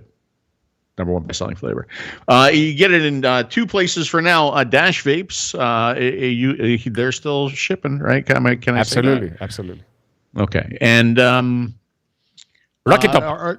Rocky Top. Do they still have it? Rocky Top Vapor. I think they still have stock. I think they replaced it. Rocky Top Vapor. Rocky Top Vapor. Question usually when I do a review video on tasteyourjuice.com, I always have those 2 links in the post. So yeah, you can just go there and click. All right. Question from Army Man Brad. That's a good question. You do a lot of business in China. Does any of their politics make you uncomfortable? That is a fantastic question, Brad. I'm glad you're in the chat today because these are the kind of questions people should be asking. That's a great question. It's a really good question. Very good question. And I can elaborate on it. You can start, Phil, whatever you want. Yeah, first of all, the answer is yes. Okay. And, like if somebody were to say or were to be angry with me because I do business with China and I earn a living because of China, I would probably answer it like this, right? You would be against, I would hope that you would be against like causing an Asian harm in the United States because they're Asian, right? Well, I kind of look at it that way. The people that I work with in China, it's not the government, right? I mean, they're good people. I think they're people, and especially with the company that we work with, I think they're people that really care about smokers. And believe me, when we talk to them, they're not crazy about some of the things that their government is doing, right? They just don't have a choice. Yeah, I mean, there are definitely things that are going on over there that are making me uncomfortable, but not with the people that I work with. Does that make sense? Yeah, I'll have to agree with you, and you also have to keep in mind that they don't have a choice. It's communist. So on one hand, one thing that me and Phil want to do is when we travel, because we don't only travel to China, we travel all over the world. When we go to a country, we need to understand the culture. We need to respect the culture, whether we agree with it or not. There's quite a few things that make us uncomfortable in China, but as you know, we feel that it's not our place to take a stand on it. Like, we're not going to get out there, in Tiananmen Square and oppose, whatever the government's doing. That'd be silly. But there are quite a few things that do make us uncomfortable from there. And like Phil said, even the people that we work with there, they get uncomfortable as well too. But at the end of the day, they really don't have a choice. Right. And I'll make another statement too, is that don't forget, my own country forced me to do business out of my own country. Yes. Don't forget that, right? My own country forced me to have my liquid made in Canada. And my own country forced me to have devices made in China. Don't ever forget that. Yeah, that's very, very important. Question from Christopher. Thanks for the $5 super chat. Hey, Phil, #1 bestseller. What is the PG-VG ratio? 60-40. All unsalted is 60-40. Designed for MTL, so... Nope. You don't remember? What? We went 50-50 on watermelon peach. Oh, I'm sorry. Yeah. The watermelon peach is 50-50, and then 60-40 is the other two. I think that's correct. Yes, absolutely. Does Chattanooga Vapor Company carry the Unsalted Says Georgia Boy? No, they do not. Only Rocky Top Vapor. If anybody would like to carry watermelon peach, the number one best-selling flavor in the unsalted line, please contact me. Another good question from Army Man Brad. Man, Army Man Brad is just bringing it. Question. Let me hear it. The disposables flooding the convenience stores. Do disposables belong in the vaping community? The short answer is yes. But there's caveats to that, right, Phil? So, I mean, I'll let you expand on it. As a product, does it belong? Absolutely. Sure. Right? But I think it kind of plays with a word that Dimitri and I have used for years now, and it's balance, right? The word is balance. And this industry has never been balanced. It looks at a trend and it just throws everything into the trend, and then a lot of things go by the wayside. Back in the day when we were mouth to lung, there was nothing for us, right? Everything was direct lung. Now you go to a vape show and there's nothing for direct lungs. Most of it's like a disposable or mouth to lung. So I think I think there is a place, but I wish there was more balance, and I wish there wasn't this focus on disposables. What do you think? Yeah, I agree. I think as a product category, it belongs like every other product on there. Like, look behind me, right? All these are vaping products, and one person might enjoy one product better than the other. When there is a systematic push, though, to exclude a portion of existing customers or potentially new customers into the market because you're only supplying with that one product, then that's a problem. Vaping works because of the variety of product. Consumers themselves are, when they go into a store, they expect to do the same thing as you're going into Best Buy. You speak to somebody, there's 10 TVs out there, you're going to pick out the TV that fits you. Or you want to go buy a car. You have salespeople there that are going to tell you everything about the car, and you pick which one. The same thing needs to be in vaping. You need to find the product that works for everybody. So as a product category, for somebody to be introduced to vaping, yes, I love that product. Now, there's a whole other caveat that goes along with it, is that this is the only product they have. It's only high nicotine. It's a disposable battery that unfortunately is getting bigger and bigger and bigger. That's being tossed every day with pods that have high nicotine residual in it inside, in the trash or in the parking lots, as we're seeing now. I can't wait till school's open. The parking lot at school is going to be full of these, 550 mAh disposable battery. Can think about that, right? So that's one of the caveats as well too. The other thing is that since it's not a regulated product, what happens is that this is a product that causes a huge initiation. It's proven. I mean, it's not. I'm not just making it up. So if you can't control the sale of the product, then this is the issues that we're having, and this is what's given vaping entirely a bad name. The same way as direct lung was given a bad name to vaping back in 2016, 2017. Yeah. Because some of you youngins forgot what happened back then with the clouds, right? When people were getting into buses, into subways, and they were picking up a mech and blowing a humongous cloud in there. Why people forget that? That segment was given, everybody, the entire segment of vaping was given it a bad name. Go ahead. I'm sorry. You remember back when the disposable was the Enjoy King. Yeah. Right. That was or the blue. Right. Yeah. And I made the statement several times that I thought that disposable was one of the most important electronic cigarettes on the market. And here's why, right?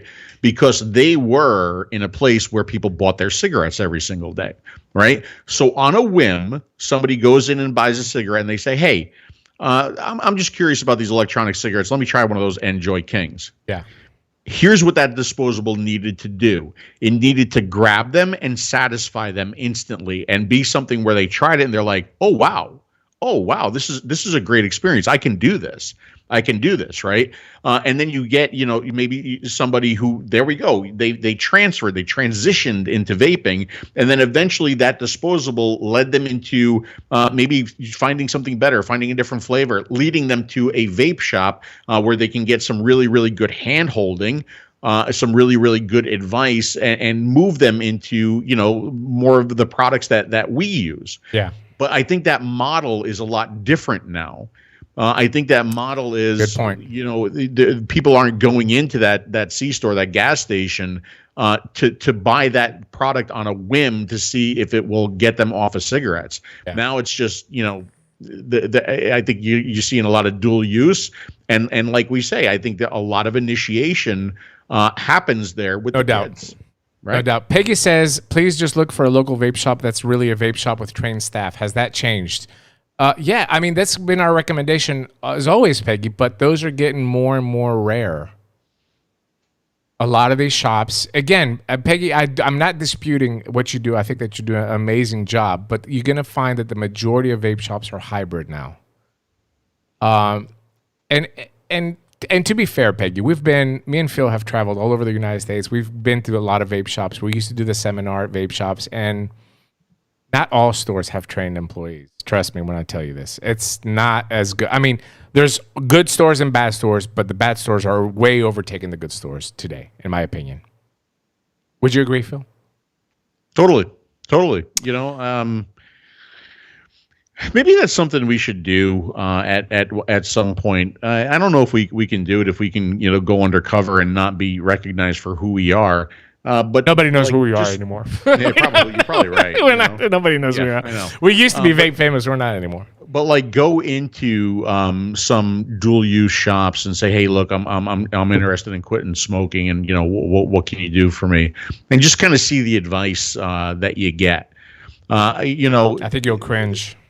Huh? I think you're gonna cringe. Probably right. I mean, there are still good shops, and I know Thomas is watching, and there are still good shops out there. But unfortunately, I think we're getting to a point where the bad shops are giving the good shops a bad name. Yeah.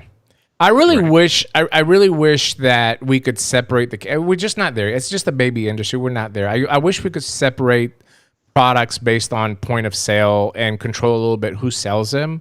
That would solve a lot of the issues.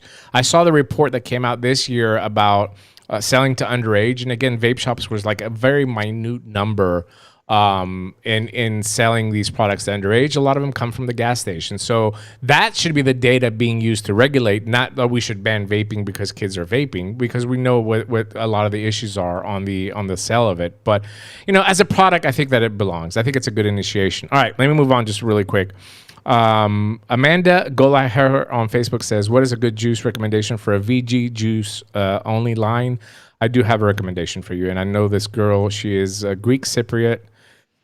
Kind E-Juice, 100%. They don't use no PG at all, so check them out. kindjuice.com is the website as well, too. I don't get paid or anything like that. They're just good people, and if you want all VG. Kind has been around for a long time. Very, very long time, and very good people. Very good people as well, too. So that's Kai's Virgin Vapors, another one that carries all VG liquid as well, too. All right, more questions. Let me go through them really, really quick. Well, not really, really quick, depending on what they are.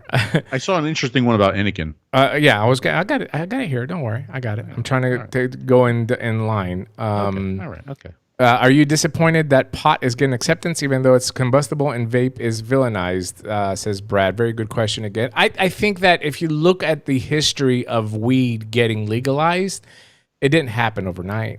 And these guys have been fighting for 30 years, right, Phil? I mean, that movement started a very, very long time ago. They organized, they lobbied, they spent a lot of money, and they're achieving what...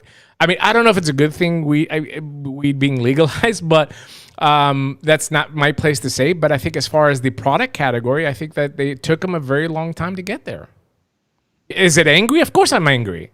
Of course I'm angry that my daughters can get weed and they can't get a vape. Of course, but it didn't happen overnight either. No, and like you said, they organized, they lobbied, they spent a lot of money, right? And that's what got. And they were, I think, for the most part, very, very professional. Boy, I tell you what, I went to the the dispensary in Vegas, the big one. I can't remember the name of it. Planet 13. Huh? Planet 13. We were together. Yeah. I got delusional. I had an out of body experience.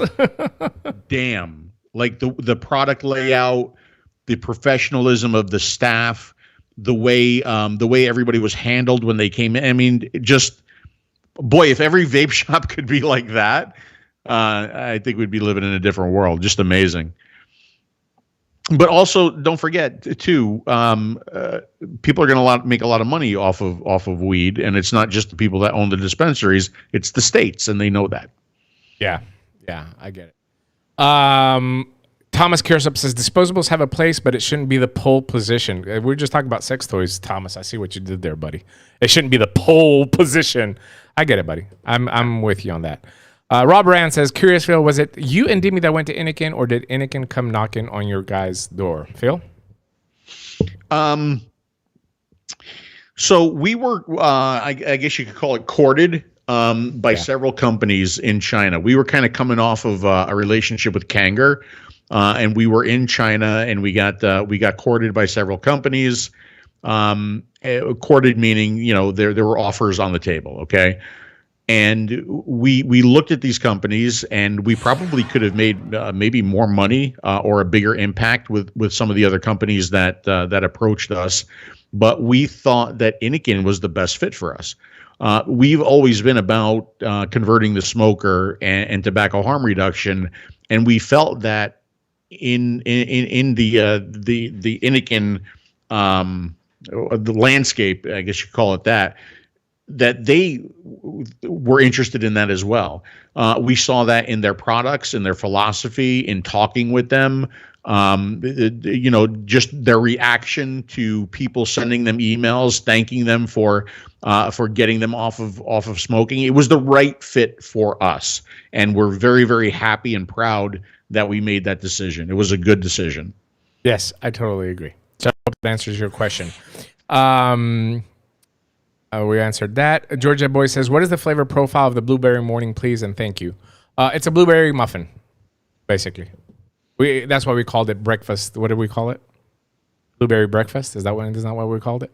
No, blueberry morning. Blueberry morning. Yeah. So it's basically a blueberry muffin. It's like it's a bakery dessert. It's very good, but it's no watermelon peach, the number one best-selling flavor in the unsalted line. So I'll point that out. All right, let me see if I missed any other. Please get your questions in. If you have any questions, we've got a few more minutes. Good questions tonight, guys. Very, very good questions. We really appreciate it. I think that. Hold on. If there are any science freaks or space freaks watching the show, what's the over and under on Starliner launching tomorrow? I would like to know. Do you think it's going to launch or no? I'm curious what people think, or if people even give a shit. I really like space stuff, so. Yeah, I don't. It's not my thing. By the way, I did find out that you can send your DNA to space. I was going to get this for you because, I'm really good at finding stuff that you like for your birthday, unlike you. There is a website that, this is absolutely true. You can send your DNA to the moon. Get out. Absolutely. Yeah. You go to space, and you can just pitch a little DNA kit over here, and then they send it on the next mission up to the thing. I was gonna get it for your birthday. Who's behind that? I don't believe that. It's true. This is completely legit. You order the kit, or you gift it, get limited edition stickers, mission patches, and stuff like that, and then you return your DNA. Your DNA gets preserved in synthetic amber, which goes in a genetic time capsule along with the DNA of diverse species. And then it goes to space on a rocket accompanying actual NASA missions. You'll receive updates as the mission progresses, as well as a VIP invite to watch party for the launch. Yeah, there you go. Yeah, okay. I'm gonna send your DNA to space. I'm sure that a rocket that they're going to find space on a rocket to get somebody's DNA to the moon. I think. I have so many jokes. I don't even know where to start. I mean, can you imagine if there is outer space life, if there are extraterrestrials, and they see DNA Busardo in space, they're gonna attack us. They're gonna get this shit out. I could potentially seed a whole new planet.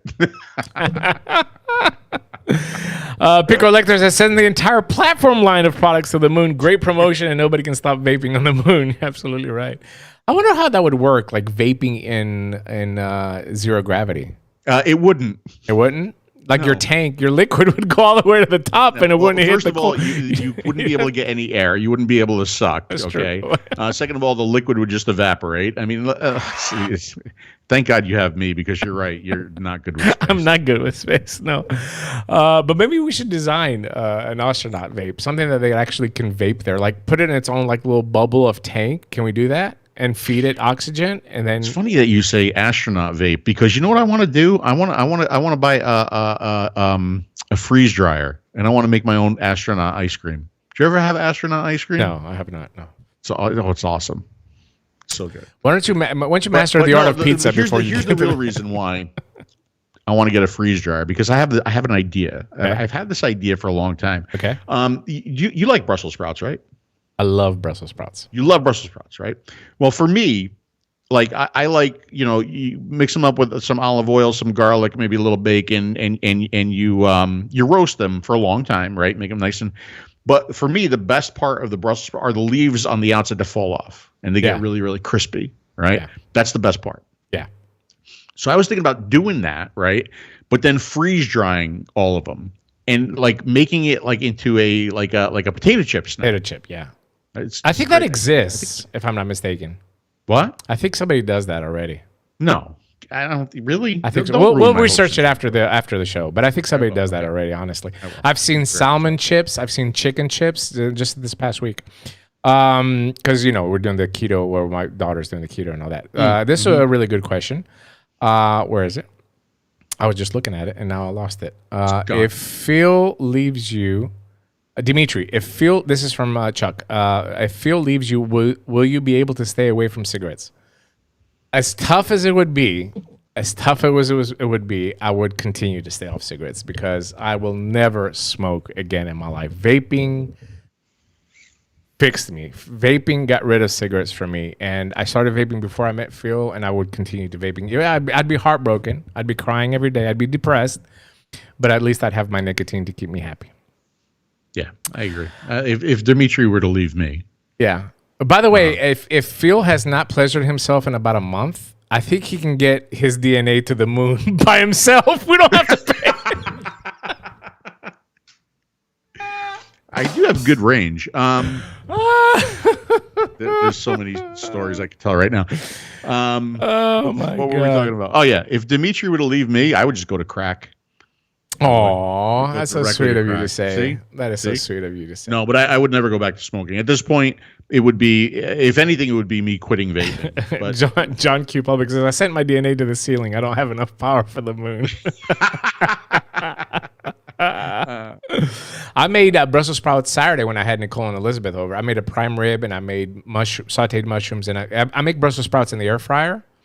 Oh yeah, they are delicious. But here's the trick. Okay. Try it next time. Cut the Brussels sprouts in half. Yep.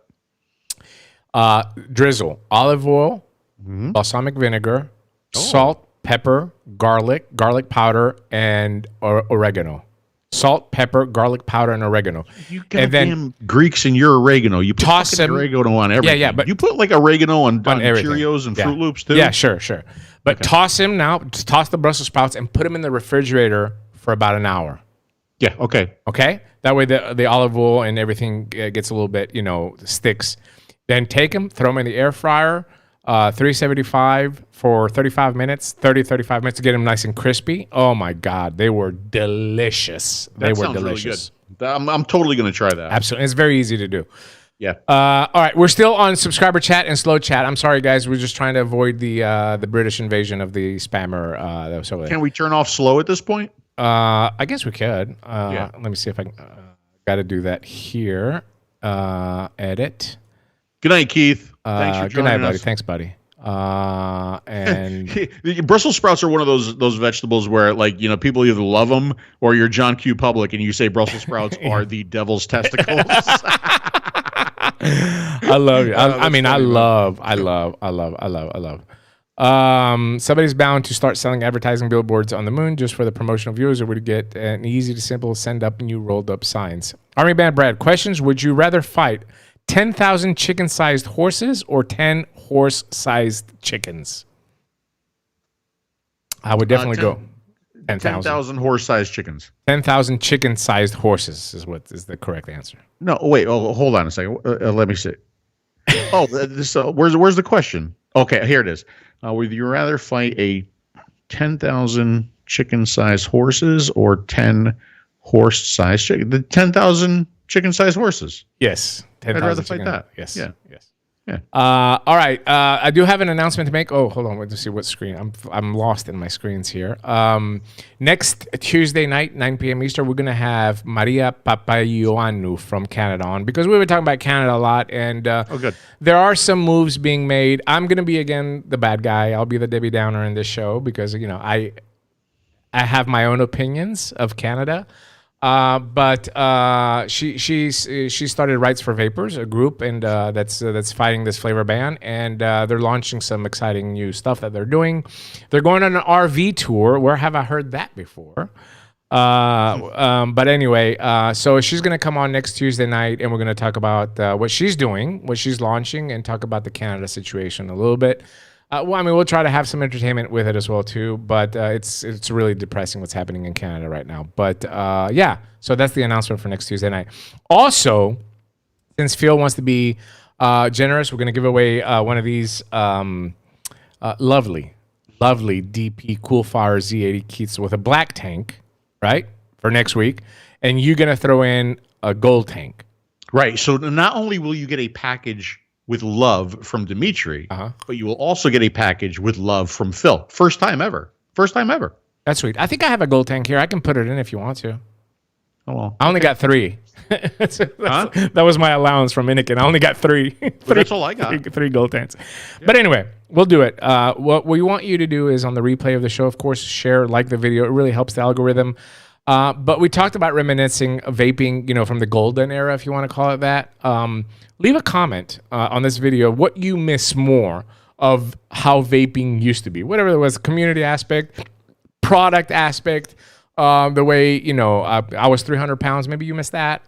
Phil, was hairier. Whatever you miss from the community aspect, or whatever you miss from vaping as it used to be to what it is today, leave us a little comment. We'll read them on the next show, on the next DP show, and then we'll just put on the random generator and give away one of these lovely. I mean, I love this blue leather that they put on here. It's just you'll get it at some point. Cape Coral.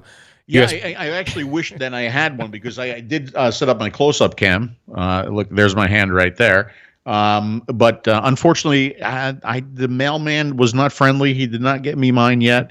But I am excited to get them. I think it was a great idea that you went to Inikin and requested those. Yeah. So I am very, very excited to get my very own. Yes. How did you guys meet? I think we've talked about this quite a few times, but briefly, and who had more influence over the other? Somebody sent message, we both started reviewing. Phil was reviewing before me, but I started reviewing right around the same time. And somebody sent a message to Phil and said, have you seen this Greek guy that's reviewing? So Phil checked out my videos, and he kind of saw that we were kind of similar. And he sent me a dick pic on Facebook. No, he sent me a message on Facebook. He sent me a message on Facebook and said, hey, I saw that you're reviewing. We just started talking. And very, very quickly, I think like within a week of us talking, we realized that we're very similar, not only in our vaping styles, because we're very tobacco harm reduction oriented, very mouth to lung. We were very similar in our lifestyles, the way how we grew up as well too, and our humor and all that. And we quickly bonded. And obviously, I will say that, as far as the vaping is concerned, Phil was more, still is, but at the time he was much more influential than me, because I was more of the advocate reviewer. Phil was more of the entertainment reviewer, technical reviewer. So I think we complemented each other in various spots, but truly, our bond is what got us through a decade of vape. There's not a lot of people that have been 10 years into this in the way that we are, right? Yeah. People come and go all the time. But I think our bond is what's kept us around all this time. And, of course, the love we have for you guys that are hanging out with us every week here. Yeah, no, I agree. That is pretty much how we met. We did. We've told that story so many times. But as far as like who influenced, I would say that at that time, and I think you would agree that I was the more popular reviewer. Like the number of subscribers, the view counts, and everything like that. But I can't say like who was more influential because we complement each other so well. So like for how I might have influenced Dimitri when it came to, vaping and reviews and the popularity, Dimitri influenced me on, the business aspect of vaping and the what's the word I'm looking for? The advocacy side of vaping, right?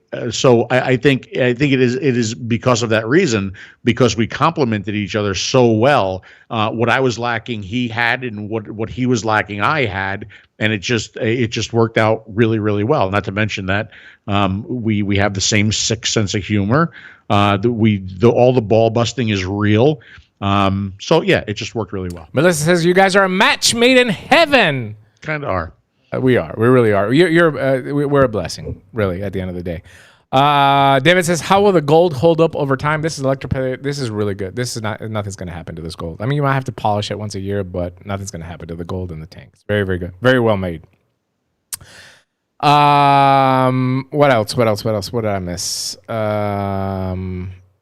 I used to love when Phil joined in on the vape team, and when you guys were covering vape shows. Man, we had such a great time with the vape team. Man, it was so much fun. It was a different kind of stress back then. It was a different stress. It wasn't the stress that we're going through now, but we had so much fun with it.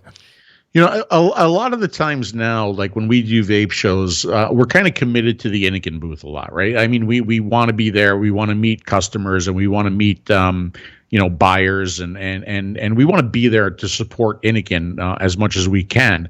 And that prevents us, from really walking shows. But hopefully there are a few shows coming up, and hopefully we will get to go. And I think it would be nice to kind of to bring a couple rigs with us to do what we used to do, which was to go from booth to booth and shake hands and meet people and talk about the companies and talk about the new products. What do you got? What's good? What's cool? And hopefully we won't get in a situation where what's cool and what's hot is just a whole bunch of, disposables. But that's a problem too, Phil, because even when we attempted to do that in the last, 3-4 years, it's not the same. Like we go to a booth and all of a sudden this guy pulls out, a cartoon character liquid or a mod that's made out of a toy or, something that makes us uncomfortable that doesn't represent vaping in a good light. And then we feel bad because we're not going to shoot it. Or we get angry and then we ruin our relationships as well too. It's not like it used to be. Even shows are very, very difficult to cover now because there's so much bad shit at these shows. Let's be honest. Also, keep in mind that in today's world, back then in 2012, 2013, 2014, 2015, people were looking to us to promote their stuff because we were the shit at the time. Vape team, stuff like that. Our coverage from ECC was the best vape coverage of any show in my humble opinion. We had so much fun with that show, but there was so much cool stuff to see, and companies knew that people are going to watch this live feed or people are going to watch the replays. Now it's not like that. Vaping's blown up a little bit more. We're relevant really at the end of the day. So and if we had to pick and choose, the coverage from the show would be 10 minutes. Yeah. So it's really right that same. All right, here's a technical question, which has not been asked correctly, but how to stop leaks on the Gold Z coil? What is the best liquid ratio? I'm assuming you're talking about the restricted direct lung coils. Obviously, those are meant for restricted direct lung, so higher VG is recommended. However, a coil does not leak. A tank leaks. So tell us what tank you have, and then we'll tell you why you're having any issues. But in any case, if you're using any of our tanks, and which they don't leak, but if they do leak, it's most likely an O-ring issue. Take the tank apart, replace the O-rings, and you should be fine. Yes, and by the way, if you have one of our products, that's why we put that QR code in there, right? Just scan that QR code. That's right. You are going to go to some terrific videos made by a terrific guy with a terrific tan who's going to walk you through and help you with your problems. I've been using the 0.3 ohm coils. I got actually 2 restricted direct lung setups, believe it or not, Phil. I got I'm vaping. I just got vape mail from Jam Monster just just the other day. But I've been really, I don't know if I told you, but this passion fruit orange guava ice, 6 milligram. I open it up. I add 10 more drops of WS-23 to it, of course. It's cold, but it's not as cold as I like it. I've been killing this liquid. So I got that one set up here, and I have another ice flavor in this. So I got 2 recirculated leaks, and with a 0.3 ohm coil, I have 0 leaks.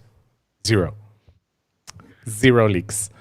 I see a lot of people that said they're missing the excitement, the newness of the industry. Look at products that are coming out of China right now. It's nowhere near what it used to be a couple of years ago. I mean, COVID had a lot to do with that as well too, but the truth is that the hobbyist side of vaping has died. I mean, it's just not like it used to be. That's just the way it is. There's nothing that we can do about that. And a lot of that has to do with our own industry as well too. I love that you guys taught me about 0.8 MTL. I'll never go off ohm again. Listen, whatever makes you happy. There's products for everybody. Whatever makes you happy. But I think a lot of people, this goes back to what Peggy was saying earlier. You know, if vape shops were more prepared with more variety of product and somebody had an issue with their product, then they can go to a vape shop that's trained and can say, hey, look, you were smoking before. Maybe, this baby beast that you're vaping at 120 watts is not for you. Try a disposable. Try a tighter vape. Try another tank. That way we can help people. But the reality is that in its zenith, the vaping industry, at the top of its level, at the highest that the industry ever was, there were not products for everybody on the market. That's an absolute fact. And that hurt a lot of new customers coming into the business. Hazozita. That's a great name. By the way, if there were products, there was no hype behind them. Yeah. It was right. The reviewers didn't get excited about them. We're still here, though. That's all that matters. Hazozita. I like that. Hazozita. Question for Phil. Will future Anakin mods that have Fourier. I said it wrong. Mm-hmm. Technology also have temp control, or is TC not compatible with the way that the technology works? So TC, temperature control, can be compatible with Fourier. But the question is, what will Anakin most likely pursue? Right. And I think what they would most likely pursue is something that nobody else is doing, which would be the Fourier technology, especially since I'm really sure that there are a couple of diehards out there that still use TC. I think for the most part, 2 people. It's 2 people. Two. But for the most part, there are not a lot of people that use temperature control. It was never intuitive. It was never easy to use. It was never consistent across platforms, consistent across coils. It's not good. It's not good tech, right? The tech is good. It's sound, but it's too finicky. It's too finicky. Yeah. So I would believe that the company would be much more likely to pursue the Fourier tech, and not only in the form that you see it now, but also different forms and behind the scenes, right? Yeah. So maybe you're using something like this that has Fourier, but you're not messing with the frequency, right? It's just doing it behind the scenes. It's making your vape taste good, and it's making your coil last a little longer. There's also a patent thing that we're forgetting here as well too. Anakin has the patent on this technology where we don't have the patent on temperature control, and everybody should know that Evolve has the patent on temperature control and other things in vaping as well too. So just because Evolve hasn't chosen to flex that yet doesn't mean that they don't own the patent on these products as well too. So you have to keep that in mind as we're moving forward to this new generation, and how vaping is going to evolve over the next decade. We don't know, but a lot more companies are holding on to their IP. Just the other day, I'm not going to say companies or any names like that, but there is a big patent war going on between some giants right now that Phil he didn't get involved. He was asked to get involved. So we're seeing a lot more patent and IP flex lately as well too. So keep that in mind. Great question again from Army Man Brad. I love this question. I have so much to answer on this question. By the way, whoever Brad is, you should send him something because he has fantastic questions today. I'm talking to you, Phil. You should send Brad something. Brad, go ahead and get in contact with me on Facebook, and I will get something out to you. I love Australia, in which case Dimitri will get something out to you. I hope you live in Kazakhstan, bro. All right. His question is this: your products are like tanks and tried and true. Do you feel you want to make more hobby products? I'll go first since you're thinking about it. Yes, and we understand the situation that we're in. We're working for a company that sells products to 29 countries. We can't just whatever comes to our mind. I wish we're not modders. We can make 1,000 pieces of this and just put it out there and let people enjoy it. The process to make a product through China, I'm talking about a product that we make. I'm not talking about a product that just slaps the reviewer's name on it and they just put it on the market, okay? That's a different process. The way our process is completely different. It takes us a year and a half sometimes to put a product on the market. There's so much that goes behind marketing, translations, testing, patents, IP, naming. I mean, there's just... It takes a very, very long time. So it's and we know this. It's frustrating, but we know this. We understand the business side of this has to make it work for everybody. But I mean, we have a list of projects that we wish that we could accomplish. We just simply can't as long as Inikin is not going to do it. And that's just the trade-off that we have. We have an exclusive. We've signed an exclusive with him when we signed back in 2017, and that's just the way it's going to be. But would we want to? Phil? Yeah, so I'll carry on with that. Dimitri and I are very loyal, right? Both of us have been approached by numerous companies since we signed with Inikin to design, to put our names on stuff, to work on things behind the scenes, to do consultation work, right? And it's always been no. And I'm hoping that Inikin appreciates that, and they know that as well. So, that's something that we're not going to do. Now, as far as, going the hobby side of vaping, I would say the one product that I would like to continue and I would like to work on and have another revision of would be the Aries, right? I think that atomizer is close to our hearts. It's done very, very well. But I would put that in more the hobbyist side now at this point. But as far as the rest of our products, no. And the reason why is because that was the whole idea behind platform and behind going with Inikin, was that we wanted products that appealed to the mainstream, that were easy to use, that a smoker can pick up and use and enjoy as easily as, a hobbyist vapor, right? So I think that's probably more important for our brand. And more important for the platform brand. So I would like to work on more hobbyist products, but in a very, very limited amount, and with focus on the Aries. Yeah, I mean, we would have to make a completely different division at Inikin. It's just so much. It's just too much to do. Our goal since day one, everybody's doing it now, but remember back in again, a lot of you might be new vapors, or those that are older vapors. Remember back in 2017, all companies, this ties into the next question. I wonder if this is from Arbitrary Elias. Very, very good question. That's a great question too. Today we're getting great questions. Like I was going to shut down like 20 minutes ago, but I'm keeping them because the questions are so good. I wonder if there was any collusion between the juice and coil head manufacturers to push the high wattage coils with super sweet max VG juice. No, there was no collusion, but nobody complained either, right? So liquid companies picked up that this sweetener is selling. Coil companies picked up that they're killing coils every 2 days, right? So it was a happy relationship that happened. I don't think there was any collusion for it. But remember back in 2017 when me and Phil signed on with Inikin, with the first meeting that we had with Inikin, we said the same thing. At the time, at 2017, companies like Smock and others were releasing a new coil every week. Because this is the zenith, keep in mind, this is the zenith of when vaping was very popular, right? So every tank that they came out with had a new coil. And they were selling because you need to bring the latest and the greatest hype to keep these guys happy and bring the new stuff in. Vape shops were overwhelmed. At the end of the year, they had all these coils left over. So the first thing that we told Inikin is like, we're going to make a coil that's going to have longevity in the market, like the 𝗂𝗀𝗀. We're going on 5 years now with the 𝗂𝗀𝗀 on the market and still selling 700, 800,000 coils a month.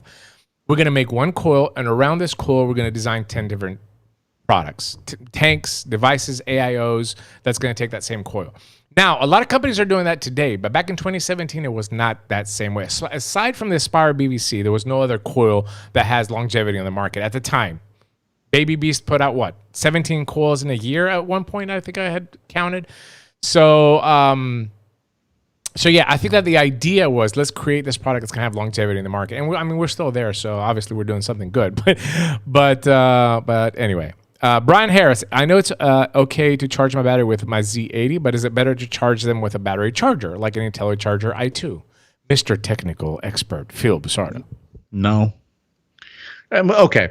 So maybe the correct answer is yes, but maybe the correct answer is no. What kind of charger do you have? Is it a piece of shit charger? Then the answer is no, right? Is it a really good external charger? Then the answer might be yes. But here's the thing, right? I know that I have never had an issue charging a battery in a device. And, you know, maybe there were some issues back in the early days, especially with dual battery devices, right? But I would say that an internal charger is just as safe as an external charger, especially at this point. Yeah, especially on the Z80, because we know the board. We've tested it. Phil has done extensive testing on the safety of this board. So I don't suggest it with all the devices, but I can tell you at least on the CoolFire Z, you're not going to have a problem with it. Are mesh coils better than standard coils, says Lev. I think that's a preference issue. I don't necessarily can say one's better than the other. There's people that swear by mesh coils, and there's people that, I mean, to me, around 0.8 Z coil Kanthal, simple basic wrap, is a fantastic coil. It's a fantastic coil. It's our number one. It's our best-selling coil. So does that mean that the 0.8 wrapped coil is better than the mesh that we have? I don't think that makes it better. I just think it's whatever people's preferences based on their liquid, longevity, style of vaping, warmth that they want, flavor that they're getting, depending on their liquid. I think there's a lot of variables in that. Phil? Oh, my standard answer. What's best is what's best for you. Yeah, what's best for you. Absolutely. Yep. Georgia boys, how involved are you guys in the designing of 𝗂𝗃𝗀𝗃? Man, these guys are fucking killing it tonight. By the way, guys, you know, we know we did an open Q&A tonight, and we were concerned because sometimes we don't get questions. Love you guys watching the show tonight. Love the questions that we're getting. And by the way, Army man Brad is from New Jersey. He would therefore be getting 2 products from me. 2. Oh, that's sweet. Yeah, sweet because of you. Number 1, he's in the U.S., and number 2, he's from my home state. Fucker. If you were in Kazakhstan, you were getting a coil, buddy. Where, Brad? Where in New Jersey are you? I'm curious. I think I have him on my Facebook friends list as well too. I'll look for him in a little bit. So Georgia Boy says, how involved are you guys in the designing of the 𝗂𝗃𝗀𝗃 coils? When we first launched, the 0.8 and the 1.6 was 100% mine and Phil's, because we knew it was an MTL. It was just MTL at the time, and we knew the resistances that we wanted to put based on the type of draw that you want. A little bit warmer vape and a little bit cooler vape. That was the thinking behind the 0.8 and the 1.6, and both of those coils are still selling now. Then we needed to put a mesh coil. We were the first. Yeah, go ahead. Well, Phil. Let me just jump in there too. You also have to take into consideration the design of the coil, right? The Z coil. It's got the 510 connection built into it, right? And there's multiple reasons why we did that. We did that because it's a fresh and clean 510 connection with every coil, but also it gave us the ability to do something that was not being done back then. And that was to do this. And I'm going to show it again because our tanks still support this and they still have this, and it should be talked about a whole lot more. It's the fact that I could take that piece off, I could grab that coil by the 510, I could pull it out, I can prime another coil, I could put it back in, and I can screw this down. And by the way, I just handled a coil that is in a tank full of e-liquid, and my fingers are completely clean and dry. And there's not a lot of devices and coils that can be set that can do that, right? So I think that was one of the most important things that we put in the Z coil, outside of, you know, just the wattages and the resistances and the capabilities of them. Yeah. I think as we evolved, we were the first ones to make a mesh MTL coil with a 0.48, the 0.5, and then eventually it turned into the 0.48. Because at the time, mesh was all the rage, but it was all direct lung. So we felt the need to make a mesh MTL coil, and there's some people that still swear by them. They love those coils. I will tell you that the new coil that's coming out is not our technology. However, our technology expertise comes into perfecting that coil. So the technology was actually invented. I can't say what it is. Don't push me. But the technology was invented by the engineers in Inikin. It's a great concept. It just needs some work to be perfected. So that's what we're doing. We're taking that technology and trying to apply it as an everyday, because we vape every day. And we're trying to apply it to make that coil better. And eventually it will be released, hopefully with this direct lung line and the MTL line, of a new technology of a coil that's really, really cool. That one was technology from Inikin, but we just want to make it perfect. So I hope that answers your question. Lev, I'm noticing more and more coils having the O-ring outside of the chimney rather than making a seal within the coil. Is this better? I don't think that it's better. However, you got to look at the way that the vaping has evolved. Things got smaller. A lot of pod mods on the market. A lot of smaller plastic tanks. So it makes sense because you have limited space versus where you had a bigger tank to do that. Is it better? I don't think it's better. But I don't think it's bad. I don't think it's better. I'm trying to understand the question. More and more coils having like, you see outside of the chip. Okay. Yeah. So in a way, I think it's better. And here's why. Because you're compressing the O-ring like this, right? Rather than scraping the O-ring on the side. You're not inserting into the O-ring, which always brings wear of an O-ring, but you're compressing into the O-ring. So I actually like that design better. Yeah. Breeze tones. Triggering question: when is the dual 21700 Proton coming on, man? I don't know. I mean, I hope they do it. I always like the Proton, but we got a single 21700 coming first. So give it some time, Breezetones. Easy. One thing at a time. Lisa Palmosina, before you guys started designing and planning with Inikin, what was your go-to setup? I think at the time Phil was using Cardo tanks. No, were you using in 2015? No, before we started with Inikin? Yeah. What was your go? No, that would be I would be on one of two tanks. I would be on rebuildable. I would be on a K-Fun. On a stock tank, I would be on a Kabuki. Yeah, I think I was definitely using the K-Fun at the time. It was my all-day vape. The K-Fun was my all-day vape. I don't think I was using anything replaceable. I think I might have been using the Kangaroo T3S, which was a really good tank. The Kangaroo T3S was a really good tank. It was the first clear miser with that bottom coil and stuff like that. So I might have been using that. But most of the time, I was dripping in an HH357 for the longest time. So that's probably what we're using. It's funny because you said this would be in my hand most of the time. Hey, see, look at that. I do get to use the close-up cam tonight. This would be in my hand most of the time. You guys know what that is, right? Anybody? We'll wait for the chat. Anybody? Anyone? And it just so happens to have that tank on it, too. Yeah. Right? Yeah, but what kind? What kind? What kind of 𝗶𝗵𝗶? Which one? Let me tell you what, this one here, it still works like brand new too. All of my 𝗶𝗵𝗶s do.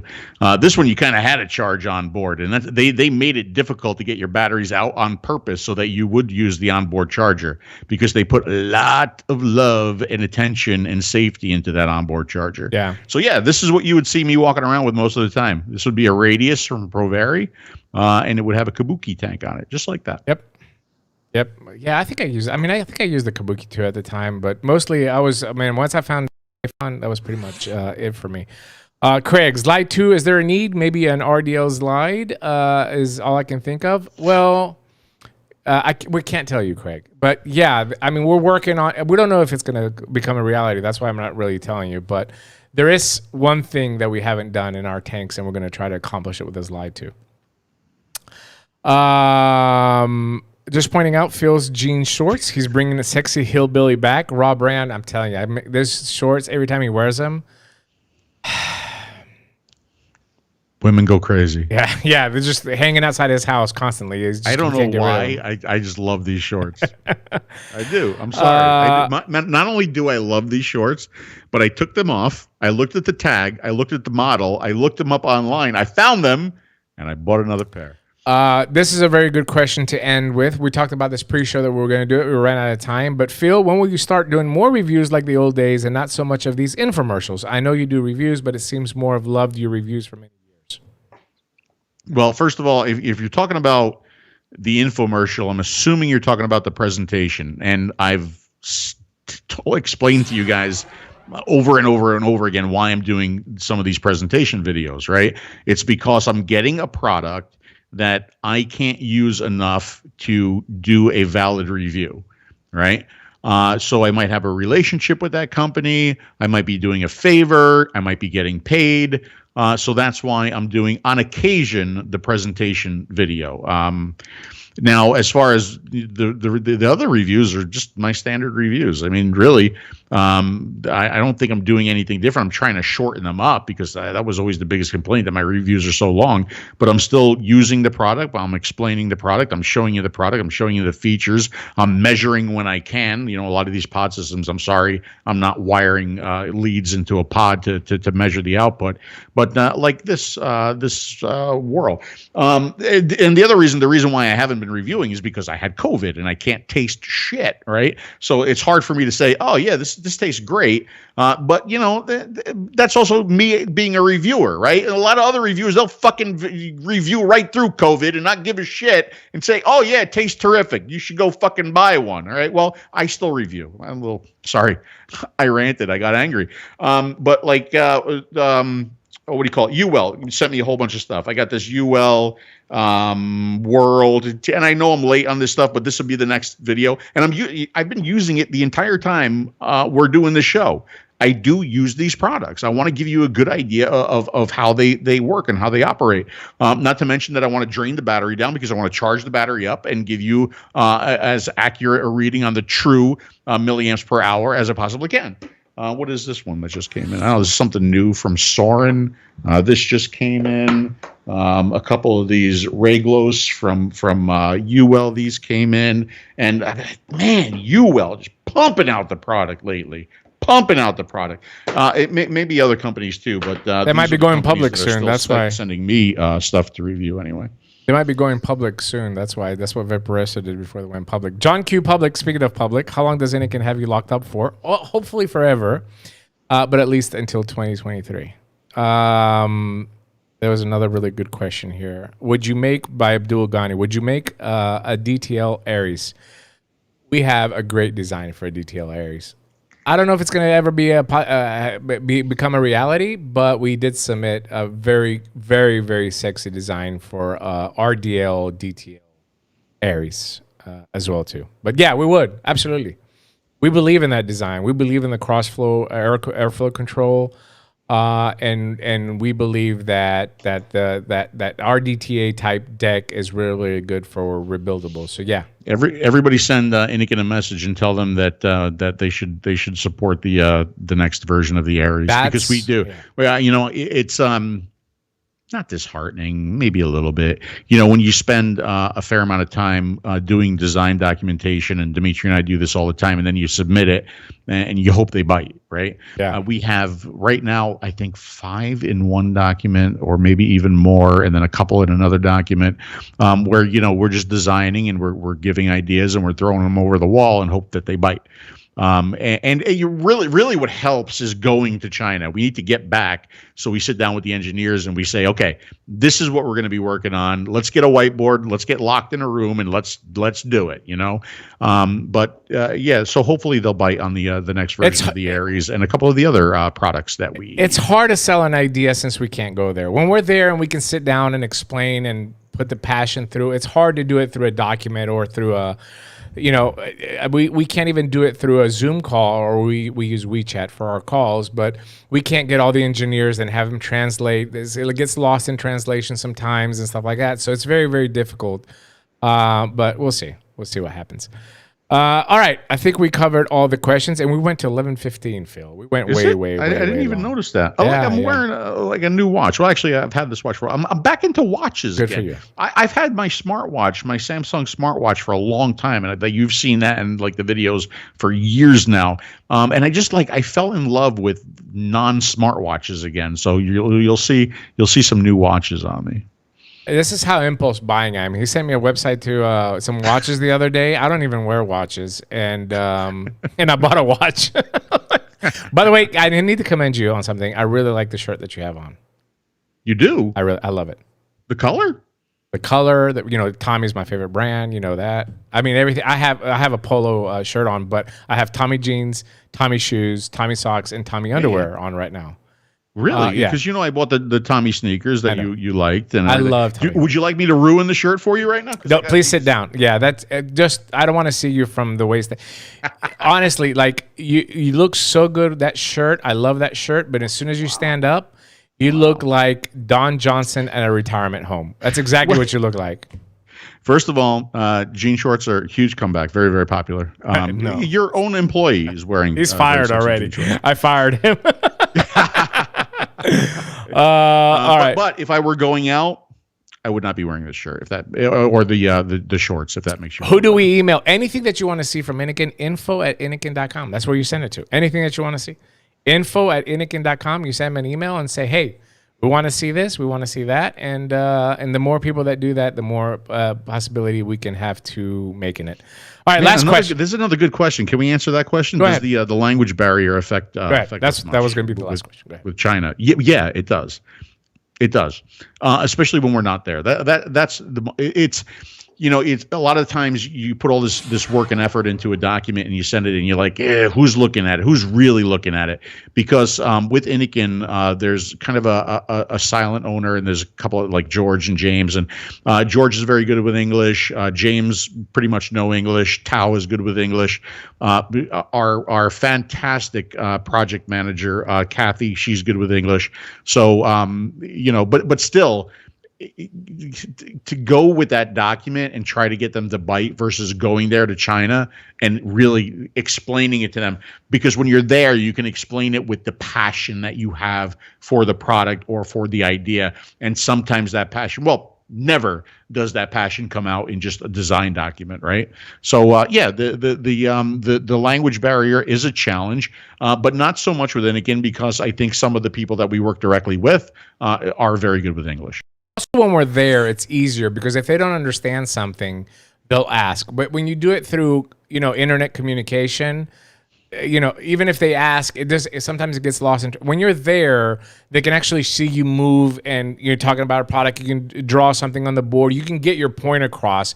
Also, if they don't understand, you can see it on their faces, where you can't see that through a document, right? Yeah. So they might look at this document and say, well, that can't be done. Or we don't understand it. We don't get it. Then they just put it to the side.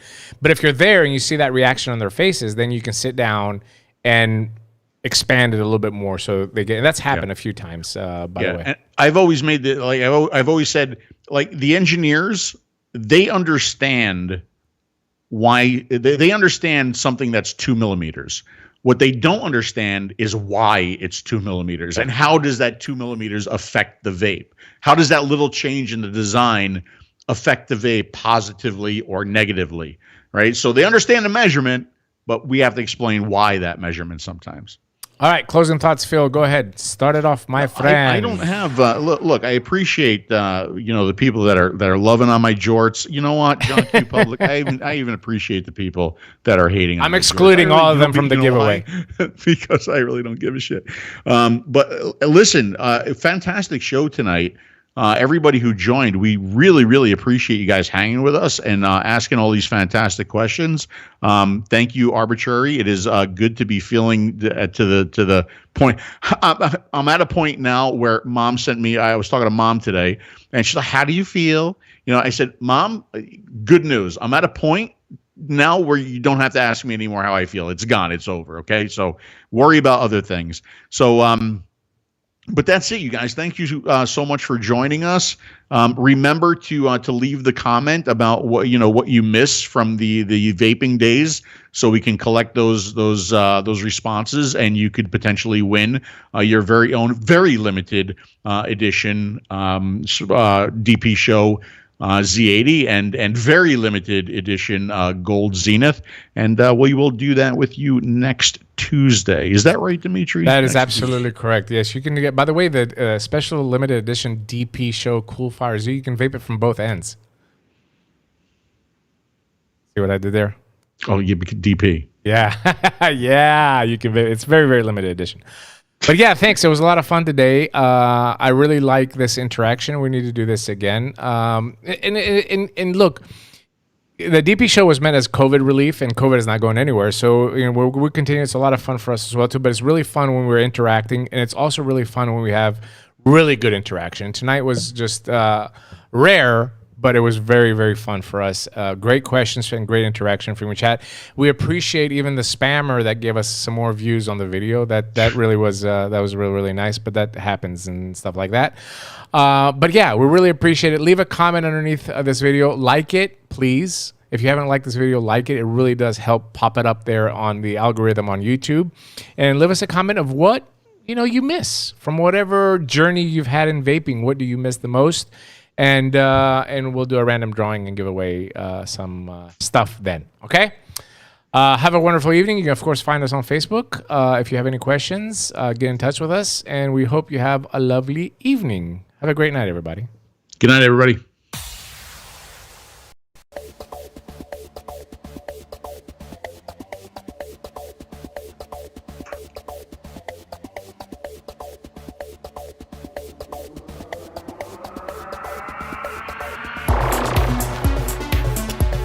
I do want to say here, whoever photoshopped that bulge on you, it's 100% not accurate. I can vouch for that. Accurate. It's 100%. It's 100% inaccurate. Oh, I'm sorry.